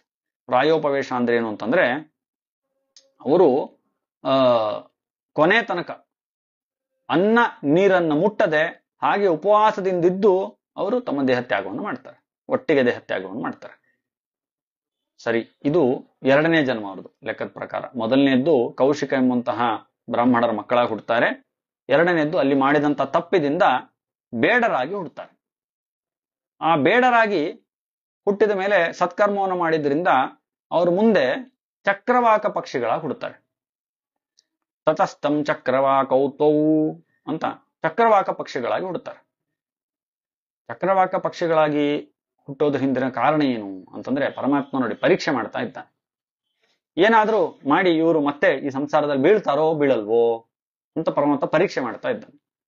ಈ ಚಕ್ರವಾಕ ಪಕ್ಷಿಗಳು ಏನು ಅಂತಂದ್ರೆ, ಇವುಗಳಿಗೆ ಅವುಗಳ ಮುಖ್ಯ ಗುಣ ಏನು ಅಂತಂದ್ರೆ, ಅವುಗಳು ತಮ್ಮ ತಮ್ಮ ಪತ್ನಿ ಏನಿದ್ದಾವೆ ಅವುಗಳಲ್ಲಿ ತುಂಬಾ ಆಸಕ್ತಿಯನ್ನ ಪಡೆದಿರತಕ್ಕಂತ ಹಕ್ಕಿಗಳು. ಚಕ್ರವಾಕ ಅಂತ ಪಕ್ಷಿ, ಅವುಗಳಿಗೆಲ್ಲದು ಕೂಡ ತಮ್ಮ ತಮ್ಮ ಪತ್ನಿಯಲ್ಲಿ ಬಹಳ ಆಸಕ್ತಿ. ಅದೇ ರೀತಿ ಅವುಗಳಿಗೆ ಬೆಳಿಗ್ಗೆ ಮಾತ್ರ ಕಣ್ಣು ಕಾಣೋದು, ರಾತ್ರಿ ಕಣ್ಣು ಕಾಣಲ್ಲ. ರಾತ್ರಿ ಪಕ್ಕದಲ್ಲಿದ್ರು ಕಣ್ಣು ಕಾಣಲ್ಲ ಅವುಗಳಿಗೆ. ಸೂರ್ಯನ ಬೆಳಕಲ್ಲಿ ಮಾತ್ರ ಅವುಗಳಿಗೆ ನೋಡ್ಲಿಕ್ಕೆ ಆಗುತ್ತೆ, ಚಂದ್ರನ ಬೆಳಕಲ್ಲಿ ಏನೂ ಕಾಣಲ್ಲ ಅವುಗಳಿಗೆ. ಆದ್ರೆ ಪಕ್ಕದಲ್ಲೇ ತನ್ನ ಹೆಂಡತಿ ಇದ್ರೂ ಕೂಡ ಅವುಗಳಿಗೆ ಕಾಣಲ್ಲ, ಶಬ್ದ ಮಾಡಿದ್ರು ಗೊತ್ತಾಗಲ್ಲ ಅವುಗಳಿಗೆ ಎಲ್ಲಿದೆ ಅಂತ. ಹಾಗಾಗಿ ಏನ್ ಮಾಡ್ತಿರ್ತಾವೆ ಅಂದ್ರೆ ರಾತ್ರಿ ಇಡೀ ಕೂಗ್ತಾ ಇರ್ತಾವಂತೆ ತನ್ನ ಪತ್ನಿಗೋಸ್ಕರ. ಆ ರೀತಿಯಾಗಿ ಅಷ್ಟು ಆಸಕ್ತಿ ಪತ್ನಿ ಮೇಲೆ. ವಾಸ್ತವಿಕವಾಗಿ ಈ ಇದರಲ್ಲಿ ಪ್ರಾಣಿ ಪ್ರಪಂಚದಲ್ಲಿ ಈ ರೀತಿಯಾಗೆಲ್ಲ ಅಷ್ಟೆಲ್ಲ ನಿಯತವಾಗಿ ಗಂಡ ಹೆಂಡತಿ ಭಾವ ಅಂತೆಲ್ಲ ಇರೋದಿಲ್ಲ. ಆದ್ರೆ ಈ ಚಕ್ರವಾಕ ಪಕ್ಷಿಗಳಿಗೆ ಮಾತ್ರ ಇರುತ್ತೆ, ಅಲ್ಲೇ ಜನ್ಮವನ್ನು ಪಡಿತಾರೆ. ಪರಮಾತ್ಮ ಪರೀಕ್ಷೆ ಮಾಡ್ತಾ ಇದ್ದಾನೆ, ಇವ್ರು ಮತ್ತೆ ಸಂಸಾರದಲ್ಲಿ ಬೀಳ್ತಾರ ಎಲ್ಲ ನೋಡೋಣ ಅಂತ.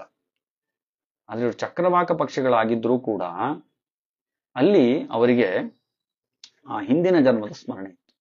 ನೋಡಿ ಎಂತಹ ಒಂದು ವಿಚಿತ್ರ ಅಂತಂದ್ರೆ, ಹಿಂದಿನ ಜನ್ಮ ಸ್ಮರಣೆ ಆಗ್ಲೂ ಇತ್ತು. ಬೇಡರಾಗಿದ್ದಾಗ ಏನಾಗಿದ್ವಿ, ಅದಕ್ಕಿಂತ ಹಿಂದೆ ನಾವಾಗಿದ್ದಾಗ ಏನಾಗಿದ್ವಿ ಅಂತೆಲ್ಲ ಸ್ಮರಣೆ ಇತ್ತಂತ ಅವುಗಳಿಗೆ. ಅದರಿಂದ ಅವುಗಳೇನ್ ಮಾಡಿದ್ವು ಅಂದ್ರೆ, ಚಕ್ರವಾಕ ಪಕ್ಷಿಗಳಾಗಿದ್ರು ಕೂಡ ಅವುಗಳು ಬ್ರಹ್ಮಚರ್ಯವನ್ನೇ ಕಾಪಾಡಿಕೊಂಡು ಅವುಗಳು ಅಲ್ಲೂ ಕೂಡ ಧ್ಯಾನವನ್ನೇ ಮಾಡ್ತಾ ಇತ್ತಂತೆ. ನೋಡಿ, ಅಲ್ಲೂ ಕೂಡ ಧ್ಯಾನವನ್ನೇ ಮಾಡ್ತಾ ಇತ್ತಂತೆ. ನಿರಂತರ ಧ್ಯಾನ ಮಾಡೋದು. ನಾರ್ಮಲ್ ಆಗಿ ಸಾಮಾನ್ಯವಾದ ಚಕ್ರವಾಕ ಪಕ್ಷಿಗಳೆಲ್ಲವೂ ಕೂಡ ಈ ರೀತಿಯಾಗಿ ಪತ್ನಿಯಲ್ಲಿ ಆಸಕ್ತರಾಗಿದ್ರೆ, ಇವುಗಳು ಮಾತ್ರ ಪ್ರತ್ಯೇಕವಾಗಿ 7 ಚಕ್ರವಾಕ ಪಕ್ಷಿಗಳು ಯಾವತ್ತೂ ಪರಮಾತ್ಮನ ಧ್ಯಾನ ಮಾಡೋದು ಅಂತ ಯೋಚನೆ ಮಾಡ್ತಾ ಇತ್ತಂತೆ. ಯಾಕಂದ್ರೆ ಬೇರೆ ಎಲ್ಲ ಪ್ರಾಣಿ ಆಗ್ಹುಟ್ಟದಾಗ ಅಥವಾ ಏನೇ ಆಗ್ಹುಟ್ಲಿ ಅನುಷ್ಠಾನ ಮಾಡ್ಲಿಕ್ಕೆ ಅವಕಾಶ ಇಲ್ಲ. ಸಾಧನೆ ಅನ್ನೋದು ಮನುಷ್ಯ ಜನ್ಮದಲ್ಲಿ ಮಾತ್ರ ಇದು ಬಹಳ ಮುಖ್ಯ. ನೋಡಿ, ಅವುಗಳು ಚಕ್ರವಾಕ ಪಕ್ಷಿಗಳಾಗಿ ಜ್ಞಾನ ಇದ್ರೂ ಕೂಡ ಸಾಧನೆ ಮಾಡ್ಲಿಕ್ಕೆ ಆಗೋದಿಲ್ಲ. ಸುಮ್ನೆ ಅವುಗಳ ಆ ಒಂದು ಏನು ಜನ್ಮ ಇದೆ, ಆ ಜನ್ಮದಲ್ಲಿ ಅವುಗಳು ಆ ಪ್ರಾಣಿಗಳಂತೆ ಆಡಲ್ಲ, ಆದ್ರೆ ಅವುಗಳು ಹಾಗೆ ಇರ್ತವೆ. ಹೀಗೆ ಚಕ್ರವಾಕ ಪಕ್ಷಿಗಳಾಗಿದ್ದು, ಅದಕ್ಕಿಂತ ಮುಂಚೆ ಬೇಡರಾದ ಮೇಲೆ ಸಪ್ತವ್ಯಾರ ದಶಾರಣೇಶು ಮೃಗಾ ಕಾಲಂಜರೇಗಿರು, ಕಾಲಂಜರ ಅನ್ನುವಂತ ಒಂದು ಗಿರಿಯಲ್ಲಿ ಈ 7 ಬೇಡರಾಗಿದ್ರಲ್ವ, ಅವ್ರ ಪ್ರಾಣ ಬಿಟ್ಟ ಮೇಲೆ 7 ಮೃಗಗಳು ಜಿಂಕೆಗಳಾದಂತೆ. ಜಿಂಕೆಗಳಾದಾಗ್ಲೂ ಕೂಡ ತಪಸ್ಸನ್ನೇ ಮಾಡ್ತಾ ಇದ್ದು, ಅವಾಗ್ಲೂ ಕೂಡ ಕೊನೆಗೆ ಅನ್ನ ನೀರನ್ನು ಬಿಟ್ಟೆ ಪ್ರಾಣವನ್ನು ಬಿಡ್ತಂತೆ. 30 ದಿನ ಅನ್ನ ನೀರು ಬಿಟ್ಟ ಮೇಲೆ 30 ದಿನ ಇತ್ತಂತೆ ಜಿಂಕೆ. ಆಮೇಲೆ ಪ್ರಾಣ ಬಿಡ್ತಂತೆ. ಆ ಪ್ರಾಣ ಬಿಟ್ಟ ಮೇಲೆ ಜಿಂಕೆ ಆದ್ಮೇಲೆ ಚಕ್ರವಾಕ ಪಕ್ಷಿಗಳ ಒಂದು ಜನ್ಮ. ಸೊ 4ನೇ ಜನ್ಮ ಇದು. ಕೌಶಿಕ ಬ್ರಾಹ್ಮಣರ ಮಕ್ಕಳಾಗಿದ್ರು, ಅದಾದ್ಮೇಲೆ ಬೇಡರಾದ್ರು, ಜಿಂಕೆಗಳಾದ್ರು, ಕೊನೆಗೆ 4ನೇದ್ದು ಚಕ್ರವಾಕ ಪಕ್ಷಿಗಳಾಗ್ತಾರೆ. ಚಕ್ರವಾಕ ಪಕ್ಷಿಗಳಾಗಿದ್ದು ಈ ಕಡೆ ಇದ್ದು ಸಾಧನೆ ಮಾಡ್ಲಿಕ್ಕೆ ಅಂತ ಆಗೋದಿಲ್ಲ. ಸಾಧನೆ ಮಾಡ್ಲಿಕ್ಕೆ ಮನುಷ್ಯ ಜನ್ಮನೇ ಬೇಕು. ಹಾಗಾಗಿ ಪುರಂದರದಾಸರು ಇವೆಲ್ಲ ಒಂದು ತಲೆಯಲ್ಲಿ ಇಟ್ಟುಕೊಂಡೇ ಅವ್ರು ಹೇಳಿದ್ದು, ಮಾನವ ಜನ್ಮ ದೊಡ್ಡದು, ಇದ ಹಾಳ ಮಾಡಿಕೊಳ್ಳಬೇಡಿರು ಹುಚ್ಚಪ್ಪಗಳಿರ ಅಂತ ಹೇಳ್ತಾರಲ್ವಾ.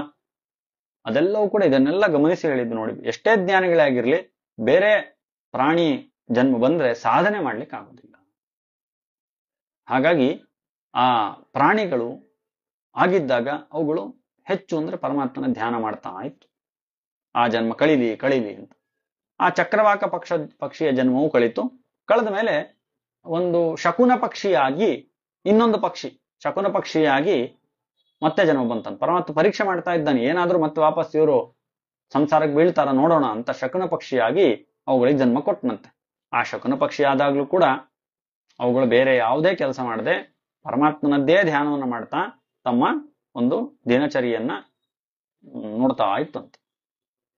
ಆಮೇಲೆ ಶಕುನ ಪಕ್ಷಿಯಾಗಿ ಅವರು ಇದೇ ತರ ಇದ್ದು ತಮ್ಮ ಒಂದು ಜನ್ಮವನ್ನ ಬಿಟ್ಟ ಮೇಲೆ ಈಗ ಪರಮಾತ್ಮ ಸ್ವಲ್ಪ ಅನುಗ್ರಹ ಮಾಡಿ ಅವುಗಳಿಗೆ ಹಂಸ ಪಕ್ಷಿ ಜನ್ಮವನ್ನು ಕೊಡ್ತಾನೆ. ಅದು ಎಲ್ಲಿ? ಮಾನಸ ಸರೋವರದಲ್ಲಿ.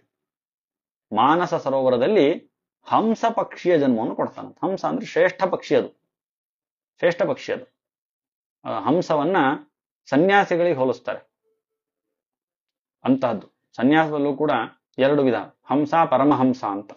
ಹಂಸ ಅಂದ್ರೆ ಅಷ್ಟು ಶುದ್ಧ, ಸನ್ಯಾಸಿಗಳನ್ನು ಪರಮಹಂಸರು ಅಂತ ಕರೀತಾರೆ ನೋಡಿ, ಅದು ಯಾಕಂದ್ರೆ ಅಷ್ಟು ಶುದ್ಧತೆಯ ಪ್ರತೀಕ. ಅಂತ ಶುದ್ಧವಾದಂತಹ ಹಂಸ ಜನ್ಮವನ್ನು ಕೊಟ್ಟಂತೆ. ಹಂಸ ಜನ್ಮ ಕೊಟ್ಟಾಗ ಮೊದಲೇ ಬೇರೆ ಜನ್ಮದಲ್ಲೇನೆ ಅಷ್ಟು ಸಾಧನೆ ಮಾಡ್ತಾ ಇದ್ದು ತಂಪಾಡಿಗೆ ತಾವು, ಈ ಹಂಸ ಜನ್ಮ ಬಂದಾಗ್ಲಂತೂ ಬೇರೆ ಯಾವುದರ ಬಗ್ಗೆನೂ ಚಿಂತನೆ ಮಾಡದೆ ಅವುಗಳು ನಿರಂತರವಾಗಿ ಪರಮಾತ್ಮನ ಧ್ಯಾನವನ್ನು ಮಾಡ್ತಾ ಸರೋವರದಲ್ಲಿ, ಮಾನಸ ಸರೋವರ, ಅತ್ಯಂತ ಪವಿತ್ರವಾದಂತಹ ಮಾನಸ ಸರೋವರದಲ್ಲಿ ತಾವು ಸಂಚಾರ ಮಾಡ್ತಾ ಇದ್ದು ಅಂತ. ಈ ಸಂಚಾರ ಮಾಡ್ತಿರ್ಬೇಕಾದ್ರೆ ಒಮ್ಮೆ ಆ ಸಂಚಾರ ಮಾಡ್ತಾ ಇರ್ತಕ್ಕಂಥ ಮಾನಸ ಸರೋವರ ಪ್ರದೇಶದಲ್ಲಿ ಒಬ್ಬ ರಾಜ, ಅವನ ಹೆಸರು ವೈಭ್ರಾಜ ಅಂತ ಅವನ ಹೆಸರು. ಆ ರಾಜ ಏನ್ ಮಾಡ್ತಾನೆ, ಸಂಚಾರ ಮಾಡ್ತಾ ಬರ್ತಾನಂತೆ. ಸಂಚಾರ ಮಾಡ್ತಾ ಇರ್ಬೇಕಾದ್ರೆ ಆ ರಾಜ, ಅವನ ದೊಡ್ಡ ಒಂದು ಸೈನ್ಯ, ಅವನ ಆಡಂಬರ, ಅವನ ಒಂದು ದೊಡ್ಡ ವ್ಯಕ್ತಿತ್ವ, ಅವನ ಮೈಯಲ್ಲಿರ್ತಕ್ಕಂಥ ಆಭೂಷಣ, ಅದನ್ನೆಲ್ಲ ನೋಡಿ ಈ 7 ಪಕ್ಷಿಗಳಲ್ಲಿ ಒಂದು ಪಕ್ಷಿ, ಅಂದ್ರೆ ಹಂಸ ಪಕ್ಷಿಗಳಲ್ಲಿ 7 ಪಕ್ಷಿದಲ್ಲಿ ಒಂದು ಪಕ್ಷಿ, ಅದಕ್ಕೆ ಸ್ವತಂತ್ರ ಅಂತ ಹೆಸರು. ಅದೇನ್ ಮಾಡ್ತದೆ ಅಂತಂದ್ರೆ ಅದಕ್ಕೆ ಒಂದ್ಸಲಿ ಅನಿಸ್ತಂತೆ, ಛೆ ಎಂತ ಜನ್ಮಪ್ಪ ಈ ರಾಜ ಜನ್ಮ, ಜನ್ಮ ಅಂದ್ರೆ ಹೀಗಿರ್ಬೇಕು, ರಾಜನ್ ತರ ಜೀವನ ಮಾಡ್ಬೇಕು ನಾವು ಅಂತ ಅನ್ಕೊಳ್ಳಿ ಪ್ರಾರಂಭ ಆಯ್ತಂತೆ. ಆ ರಾಜ ಬರ್ತಾನಂತೆ. ಆ ರಾಜ ನೋಡ್ತಾನೆ, ಹಂಸಗಳು ಎಂತ ಧ್ಯಾನವನ್ನು ಮಾಡ್ತಾ ಇದೆ, ನಾನು ಮನುಷ್ಯ ಜನ್ಮದಲ್ಲಿ ಹುಟ್ಟಿ ನಾನು ಈ ತರ ಮಾಡ್ತಾ ಇಲ್ವಲ್ಲ ಅಂತ ಯೋಚನೆ ಮಾಡಿ ಅವನು ಯೋಚನೆ ಮಾಡ್ತಾನಂತೆ. ಆದ್ರೆ ಇಂಥ ಸಾಧನೆ ಮಾಡೋ ಹಂಸ ಪಕ್ಷಿಗಳಾಗ್ಬೇಕಪ್ಪ ಅಂತ. ನೋಡಿ ಎಷ್ಟು ವಿರುದ್ಧ. ಈ ಹಂಸ ಪಕ್ಷಿ ಅನ್ಕೋತಾ ಇದೆ ನಾ ರಾಜ ಆಗಬೇಕು ಅಂತ, ರಾಜ ಅನ್ಕೊಳ್ತಿದ್ದಾನೆ ನಾ ಹಂಸ ಪಕ್ಷಿ ಆಗಬೇಕು. ಆದ್ರೆ ರಾಜನ ಚಿಂತನೆ ಸರಿ ಇತ್ತು, ಹಂಸ ಪಕ್ಷಿ ಚಿಂತನೆ ಸರಿ ಇರಲಿಲ್ಲ. ಇಂಥ ಅತ್ಯುತ್ತಮವಾದಂತಹ ಜನ್ಮ ಬಂದಾಗ ಇನ್ನೇನು ಈ ಸಂಸಾರದಿಂದ ಹೊರಗೆ ಹೋಗಬೇಕು, ಅಷ್ಟು ಯೋಗ್ಯತೆ ಸಂಪಾದಿಸಿದಾಗ, ಇಷ್ಟೆಲ್ಲಾ ಪುಣ್ಯ ಸಂಪಾದಿಸಿದಾಗ ಈ ಹಂಸ ಪಕ್ಷಿ ಯೋಚನೆ ಮಾಡ್ತಂತೆ, ನಾನು ಇಷ್ಟು ದಿನ ಏನೇ ತಪಸ್ ಮಾಡಿದ್ರು, ಏನೇ ಪುಣ್ಯ ಇದ್ರು, ಅದ್ರ ಫಲ ಇದ್ರು, ಹಾಗಾದ್ರೆ ಈ ರಾಜನ ತರ ನನಗೆ ಜನ್ಮ ಬರ್ಬೇಕು ಅಂತ ಯೋಚನೆ ಮಾಡ್ಬಿಡ್ತಂತೆ. ನೋಡಿ ಎಂತ ಅನಾಹುತ ಆಗುತ್ತೆ. ಪರಮಾತ್ಮ ಪರೀಕ್ಷೆ ಮಾಡ್ತಾ ಇದ್ದಾಗ ಪರಮಾತ್ಮನ ಪರೀಕ್ಷೆ ಫೇಲ್ ಆಗೋಯ್ತು. ಪರಮಾತ್ಮ ಎಲ್ಲವನ್ನೂ ಕೊಟ್ಟು ನೋಡ್ತಾನೆ, ಶ್ರೀಮಂತಿಕೆ, ಬಡತನ, ಕಷ್ಟ, ಸುಖ, ದುಃಖ ಎಲ್ಲ ಕೊಟ್ಟು ನೋಡ್ತಾನೆ. ಎಲ್ಲದರಲ್ಲಿ ಯಾರು ಪಾಸ್ ಆಗ್ತಾರೆ ಅವರನ್ನ ತಮ್ಮ ಹತ್ರ ಕರ್ಕೊಳ್ತಾನೆ ಪರಮಾತ್ಮ. ಅಂದ್ರೆ ತನ್ನ ಸ್ಥಾನವಾದಂತಹ ಮೋಕ್ಷವನ್ನು ಕೊಡ್ತಾನೆ. ಇಲ್ಲಿ ಇಷ್ಟೆಲ್ಲ ಪರೀಕ್ಷೆ ಮಾಡ್ಬೇಕಾದ್ರೆ ಎಲ್ಲ ಪಾಸ್ ಆಗ್ತಾ ಇದ್ದಾರೆ. ಕೊನೆಯಲ್ಲಿ ಹಂಸಕ್ಕೆ, ಸ್ವತಂತ್ರ ಅನ್ನುವಂಥ ಹಂಸಕ್ಕೆ ಅದೇನು ಬುದ್ಧಿ ಬಂತೋ ಈ ರೀತಿಯಾಗಿ ಪ್ರಾರ್ಥನೆ ಮಾಡಿಬಿಡ್ತಂತೆ. ಅದ್ರ ಜೊತೆಗೆ ಅದು ಹಾಳಾಗದೆ ಅದ್ರ ಪಕ್ಕದಲ್ಲಿ ಇನ್ನೂ ಎರಡು ಪಕ್ಷಿಗಳಿದ್ವು. ಆ ಪಕ್ಷಿಗಳು ಕೂಡ ಏನು ಅಂತಂದ್ರೆ, ಇಷ್ಟು ದಿನ ನಾನು ನೀವು ಜೊತೆಯಾಗಿದ್ವಿಬ್ರು, ಫ್ರೆಂಡ್ಸ್ ನಾವಿಬ್ರು, ನೀನ್ ಎಲ್ಲಿರ್ತೀಯೋ ನಾವು ಅಲ್ಲೇ ಜನ್ಮವನ್ನು ಪಡೆಯೋಂಗಾಗ್ಲಿ ಅಂತ ಅನ್ಕೊಂಡ್ಬಿಟ್ಟು. ನೋಡಿ ಲೆಕ್ಕ ಹಾಕಿ. ಇಲ್ಲಿ ಸಂಘದಿಂದ ಹಾಳಾಯ್ತು. ಆ 2 ಪಕ್ಷಿಗಳು ಕೂಡ ಸಂಘದಿಂದ ಹಾಳಾಯ್ತು. ಹಾಗಾಗಿ ಸಜ್ಜನರ ಸಂಘವನ್ನು ಮಾಡಬೇಕು ಅಂತ ವಿಷ್ಣು ತೀರ್ಥರು ಕೂಡ ತಮ್ಮ ಗ್ರಂಥದಲ್ಲಿ ಹೇಳ್ತಾರೆ. ಒಂದು ಕಡೆ ಭಾಗವತ್ ಸಾರೋದ್ಧಾರದಲ್ಲಿ ಹೇಳ್ತಾರೆ, ಸಂಘವನ್ನು ಮಾಡಲೇಬಾರದು. ಯಾಕಂದ್ರೆ ಸಂಘ ಮಾಡಿದಾಗ ಸಂಘದ ಪ್ರಭಾವದಿಂದ ನಮ್ಮಲ್ಲೂ ಕೂಡ ದುಷ್ಟ ಗುಣಗಳು ಬರೋ ಸಾಧ್ಯತೆ ಇರುತ್ತೆ. ಹಾಗಾಗಿ ಸಂಘವನ್ನು ಮಾಡಲೇಬಾರದು. ಮಾಡ್ತೀಯಾ ಅಂತಾದ್ರೂ ಕೂಡ ಸಜ್ಜನರ ಜೊತೆ ಸಂಘ ಮಾಡು, ದುರ್ಜನರ ಜೊತೆಗೆ ಯಾವುದೇ ಕಾರಣಕ್ಕೆ ಸಂಘ ಮಾಡಬೇಡ, ನಿಂಗೆ ಕೆಟ್ಟ ಬುದ್ಧಿನೇ ಬರುತ್ತೆ, ಕೆಟ್ಟ ಯೋಚನೆ ಬರುತ್ತೆ ಅಂತ ವಿಷ್ಣು ತೀರ್ಥರು ಹೇಳ್ತಾರೆ. ವೇದವ್ಯಾಸ ದೇವರು ಕೂಡ ಅದನ್ನ ಹೇಳಿದ್ದಾರೆ. ಸಂಘವನ್ನು ಮಾಡಲೇಬಾರದು, ಮಾಡೋದಾದ್ರೆ ಸಜ್ಜನರ ಜೊತೆ ಸಂಘ ಮಾಡಬೇಕು. ಹಾಗಾಗಿ ಇದು ಏನು, 2 ಪಕ್ಷಿಗಳು ಏನ್ ಮಾಡಿದ್ವು, ಈ ಸ್ವತಂತ್ರ ಅನ್ನುವಂಥ ಪಕ್ಷಿಯ ಜೊತೆ ಸಂಘ ಮಾಡಿದ್ರಿಂದ ಅವುಗಳಿಗೆ ಅದೇ ಬುದ್ಧಿ ಬಂತು. ಅವುಗಳು ಅನ್ಕೊಂಡ್ವು ನಾವು ಕೂಡ ಈ ಜೊತೆಗೆ, ಈ ಪಕ್ಷಿ ಏನ್ ರಾಜ ಆಗುತ್ತಾ, ರಾಜನ ಜೊತೆಗೆ ನಮ್ದು ಕೂಡ ಅವನ ಜೊತೆಗೆ ಜನ್ಮ ಬರಲಿ, ಪಕ್ಷಿ ಜೊತೆನೆ ನಮಗೆ ಜನ್ಮ ಬರಲಿ ಅಂತ ಯೋಚನೆ ಮಾಡ್ತಂತೆ. ಇನ್ನು 4 ಪಕ್ಷಿ ಉಳಿದಿತ್ತಲ್ಲ, ಅವುಗಳಿಗೆ ಸಿಟ್ಟು ಬಂತಂತೆ. ಇಷ್ಟು ಅತ್ಯದ್ಭುತವಾದಂತಹ ಸಾಧನಾ ಮಾರ್ಗದಲ್ಲಿ ಹೋಗ್ತಾ ಇದ್ದೀವಿ. ನೀವು ನೋಡಿದ್ರೆ ಈ ರಾಜನಾಗಿ ಇರಬೇಕು ಅಂತ ಏನೋ ತುಚ್ಛವಾದದ್ದನ್ನು ಯೋಚನೆ ಮಾಡ್ತಾ ಇದ್ದೀರಲ್ವಾ, ನಿಮಗೆ ನಾಚಿಕೆ ಆಗ್ಬೇಕು. ಇನ್ನು ಮೇಲೆ ನಿಮ್ ಜೊತೆ ನಾವು ಮಾತನಾಡೋದಿಲ್ಲ, ಯಾಕಂದ್ರೆ ನಿಮ್ ಜೊತೆ ಮಾತಾಡ್ತಾ ಇದ್ರೆ ನಮಗೂ ಅದೇ ಬುದ್ಧಿ ಬರುತ್ತೆ ಅಂತ ಅವುಗಳು ಇವ್ರ 3 ಜನ ಬಿಟ್ಟು ಹೊರಟೋಯ್ತಂತದ್ದು. ಹೀಗೆ ಯೋಚನೆ ಮಾಡ್ತಿರ್ಬೇಕಾದ್ರೆ ಇವರು ಆ ರೀತಿಯಾಗಿ ಯೋಚನೆ ಮಾಡಿದ್ರಲ್ವಾ, ಯೋಚನೆ ಮಾಡಿದಾಗ ಅದೇ ತರ ಆಗಿ ಹೋಗುತ್ತೆ. ಯಾವತ್ತೂ ಕೂಡ ಅಷ್ಟೇ, ನಾವು ಕೊನೆಯ ಕಾಲದಲ್ಲಿ ಯಾವ ರೀತಿಯಾಗಿ ಚಿಂತನೆ ಮಾಡುತ್ತೀವೋ ಅದೇ ರೀತಿಯಾಗಿ ನಮಗೆ ಜನ್ಮ ಬರ್ತಿದೆ. ನಾವು ಜಡಭರತನ ಕಥೆಯಲ್ಲೂ ಕೂಡ ಕೇಳ್ತೀವಿ. ಹಾಗಾಗಿ ಅಂತ ಕಾಲೇ ಚ ಮಾಮಿವ ಸ್ಮರನ್ ಮುಕ್ತ ಕಲೇಬರನ್, ಕೊನೆ ಕಾಲದಲ್ಲಿ ಪರಮಾತ್ಮನ ಸ್ಮರಣೆಯನ್ನ ಮಾಡ್ತಾ ಮಾಡ್ತಾ ನಮ್ಮ ದೇಹ ಬಿಟ್ರೆ ಪರಮಾತ್ಮನ ಹತ್ರ ಹೋಗ್ತೀವಿ. ಅದು ಬಿಟ್ಟು ಬೇರೆ ಜಡಭರತನ ತರ ಜಿಂಕೆ ಬಗ್ಗೆ ಯೋಚನೆ ಮಾಡ್ತಾ ಇದ್ರೆ ಜಿಂಕೆಯಾಗಿ ಜನ್ಮ ಬರುತ್ತೆ.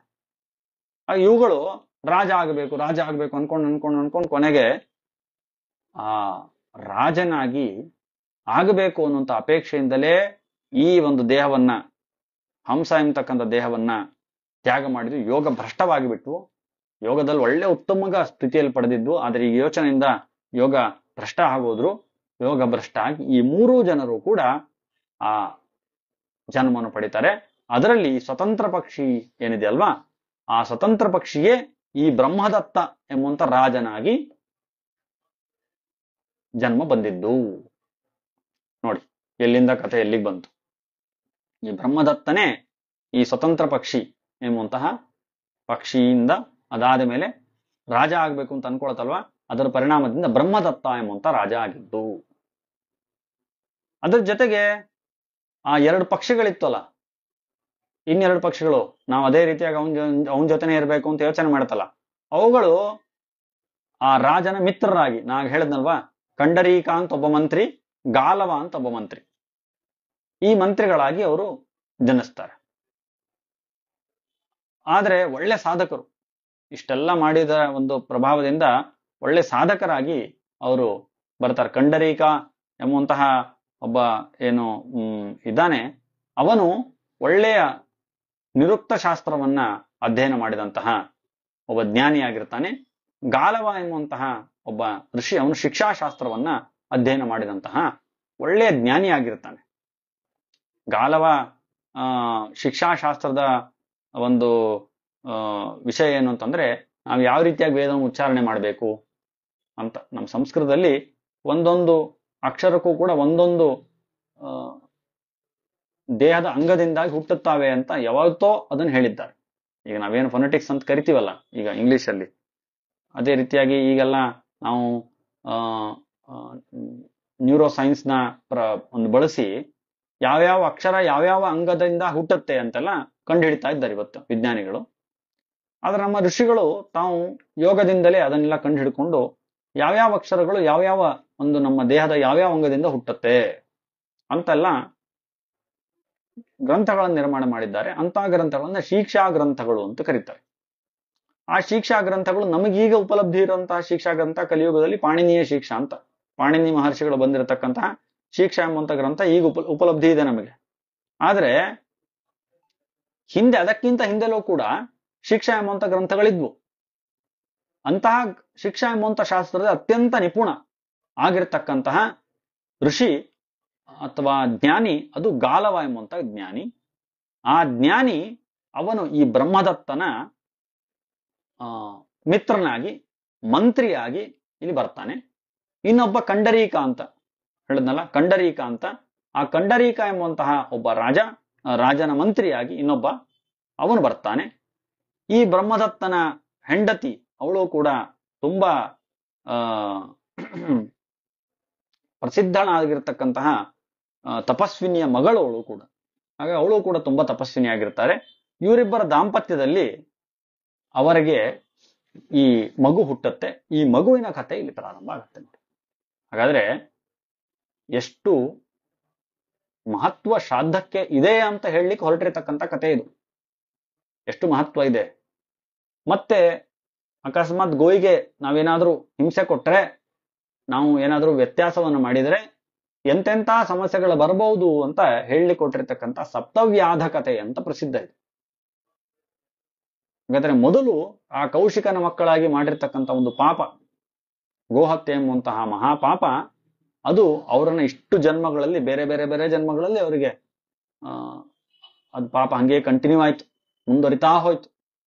ಅದೇ ಜನ್ಮದಲ್ಲಿ ಸಾಧನೆ ಮಾಡಿದ್ರೆ ಅವಾಗ್ಲೇ ಮೇಲೆ ಹೋಗ್ಬಿಡ್ತಿದ್ರೇನೋ. ಆದ್ರೆ ಇಷ್ಟು ತಪ್ಪುಗಳನ್ನ, ದೊಡ್ಡ ಮಹಾ ತಪ್ಪನ್ನು ಮಾಡಿದ್ರಿಂದ ಅವ್ರಿಗೆ 7 ಜನ್ಮ ಬೇಕಾಯ್ತು ಆಮೇಲೆ ಮುಂದೆ ಮತ್ತೆ ಮಾನವರಾಗಿ ಬರ್ಲಿಕ್ಕೆ. ಅಷ್ಟೆಲ್ಲ ಸಾಧನೆ ಮಾಡಿ 7 ಜನ್ಮ ಬೇಕಾಯ್ತು. ಆದ್ರೆ ಆಗ್ಲೂ ಕೂಡ ಅವರಿಗೆ ತಮ್ಮ ಪೂರ್ವ ಜನ್ಮದ ವೃತ್ತಾಂತವನ್ನ ತಿಳಿಲಿಕ್ಕೆ ಸಾಧ್ಯವಾಗಿದ್ದು ಹೇಗೆ ಅಂತಂದ್ರೆ, ಆ ಶ್ರಾದ್ದ ಅನ್ನುವಂತ ಒಂದು ಪ್ರಕ್ರಿಯೆಯನ್ನ ಮಾಡಿದ್ರಿಂದ. ಅದನ್ನ ಮೋಸದಿಂದಲೇ ಮಾಡಿದ್ದು, ಆ ಗೋವನ್ನ ಕೊಲ್ಬೇಕು ಅಂತ ನೆಪದಿಂದಲೇ ಮಾಡಿದ್ದು. ಆದರೆ ಶ್ರಾದ್ದ ಎಂಬಂತ ಪ್ರಕ್ರಿಯೆ ಮಾಡಿದ್ದಾರಲ್ಲ, ಅದಕ್ಕೋಸ್ಕರ ಅವರಿಗೆ ಪೂರ್ವಜನ್ಮದ ಎಲ್ಲಾ ಸಂಸ್ಕಾರಗಳು ಕೂಡ, ಪೂರ್ವಜನ್ಮದ ಎಲ್ಲಾ ನೆನಪು ಕೂಡ ಅವ್ರಿಗಿತ್ತು ಅಂತ ಹೇಳ್ತಾರೆ. ಅಷ್ಟು ಮಹತ್ವ ಈ ಶ್ರಾದ್ದಕ್ಕೆ ಇದೆ ಅನ್ನೋದನ್ನ ನಾವು ಗಮನಿಸ್ಬೇಕು. ಪಿತೃಗಳಿಗೆ ನಾವು ಕೊಡ್ತಕ್ಕಂತಹ ಪಿಂಡ ಪ್ರದಾನದಿಂದ, ತರ್ಪಣದಿಂದ, ನಮಸ್ಕಾರ ಮಾಡೋದ್ರಿಂದ ನಾವು ಇಷ್ಟು ದೊಡ್ಡ ಪುಣ್ಯವನ್ನು ಪಡಿಬಹುದು ಅನ್ನೋದು ಈ ಸಪ್ತವ್ಯಾಧಕತೆಯ ಒಂದು ತಿರುಳು. ಹಾಗಾಗಿ ಅಲ್ಲಿ ಆ ಕೌಶಿಕ ಎಂಬಂತ ಬ್ರಾಹ್ಮಣನ ಹೊಟ್ಟೆಯಲ್ಲಿ ಹುಟ್ಟಿರ್ತಕ್ಕಂಥವ್ರು ಶ್ರಾದ್ದ ಮಂತ್ರಗಳನ್ನು ಹೇಳಿದ್ದಾರಷ್ಟೇ.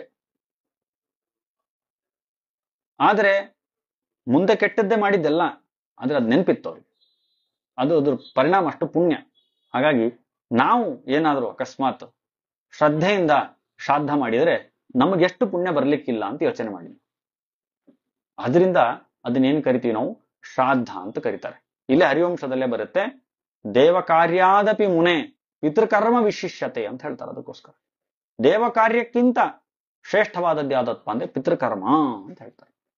ನಮ್ಮಲ್ಲಿ ಎಷ್ಟೋ ಜನ ಗೊತ್ತಿರೋದಿಲ್ಲ, ಶ್ರಾದ್ದವನ್ನ ಮಾಡ್ಲಿಕ್ಕೆ ಏನೋ ಸಣ್ಣ ವಿಷಯ ಅಂತ ಅನ್ಕೊಳ್ತಾರೆ, ಅಥವಾ ಅದರಲ್ಲಿ ಯಾವುದೋ ಒಂದಿಷ್ಟು ಅಲ್ಲೂ ಕೂಡ ಹಿಂದೆ ಮುಂದೆ ಮಾಡ್ತಾರೆ, ಸರಿಯಾಗಿ ಮಾಡ್ಲಿಕ್ಕೆ ಹಿಂದೆ ಮುಂದೆ ಮಾಡ್ತಾರೆ, ಸರಿಯಾದ ರೀತಿಯಲ್ಲಿ ಶ್ರದ್ಧೆಯಿಂದ ಮಾಡೋದಿಲ್ಲ, ಏನೋ ಕಾಟಾಚಾರಕ್ಕೆ ನಮ್ಮ ಪುರೋಹಿತರು ಹೇಳಿದ್ದಾರೆ ಅಂತ ಹೇಳಿ ಅವ್ರು ಮಾಡ್ತಾರೆ.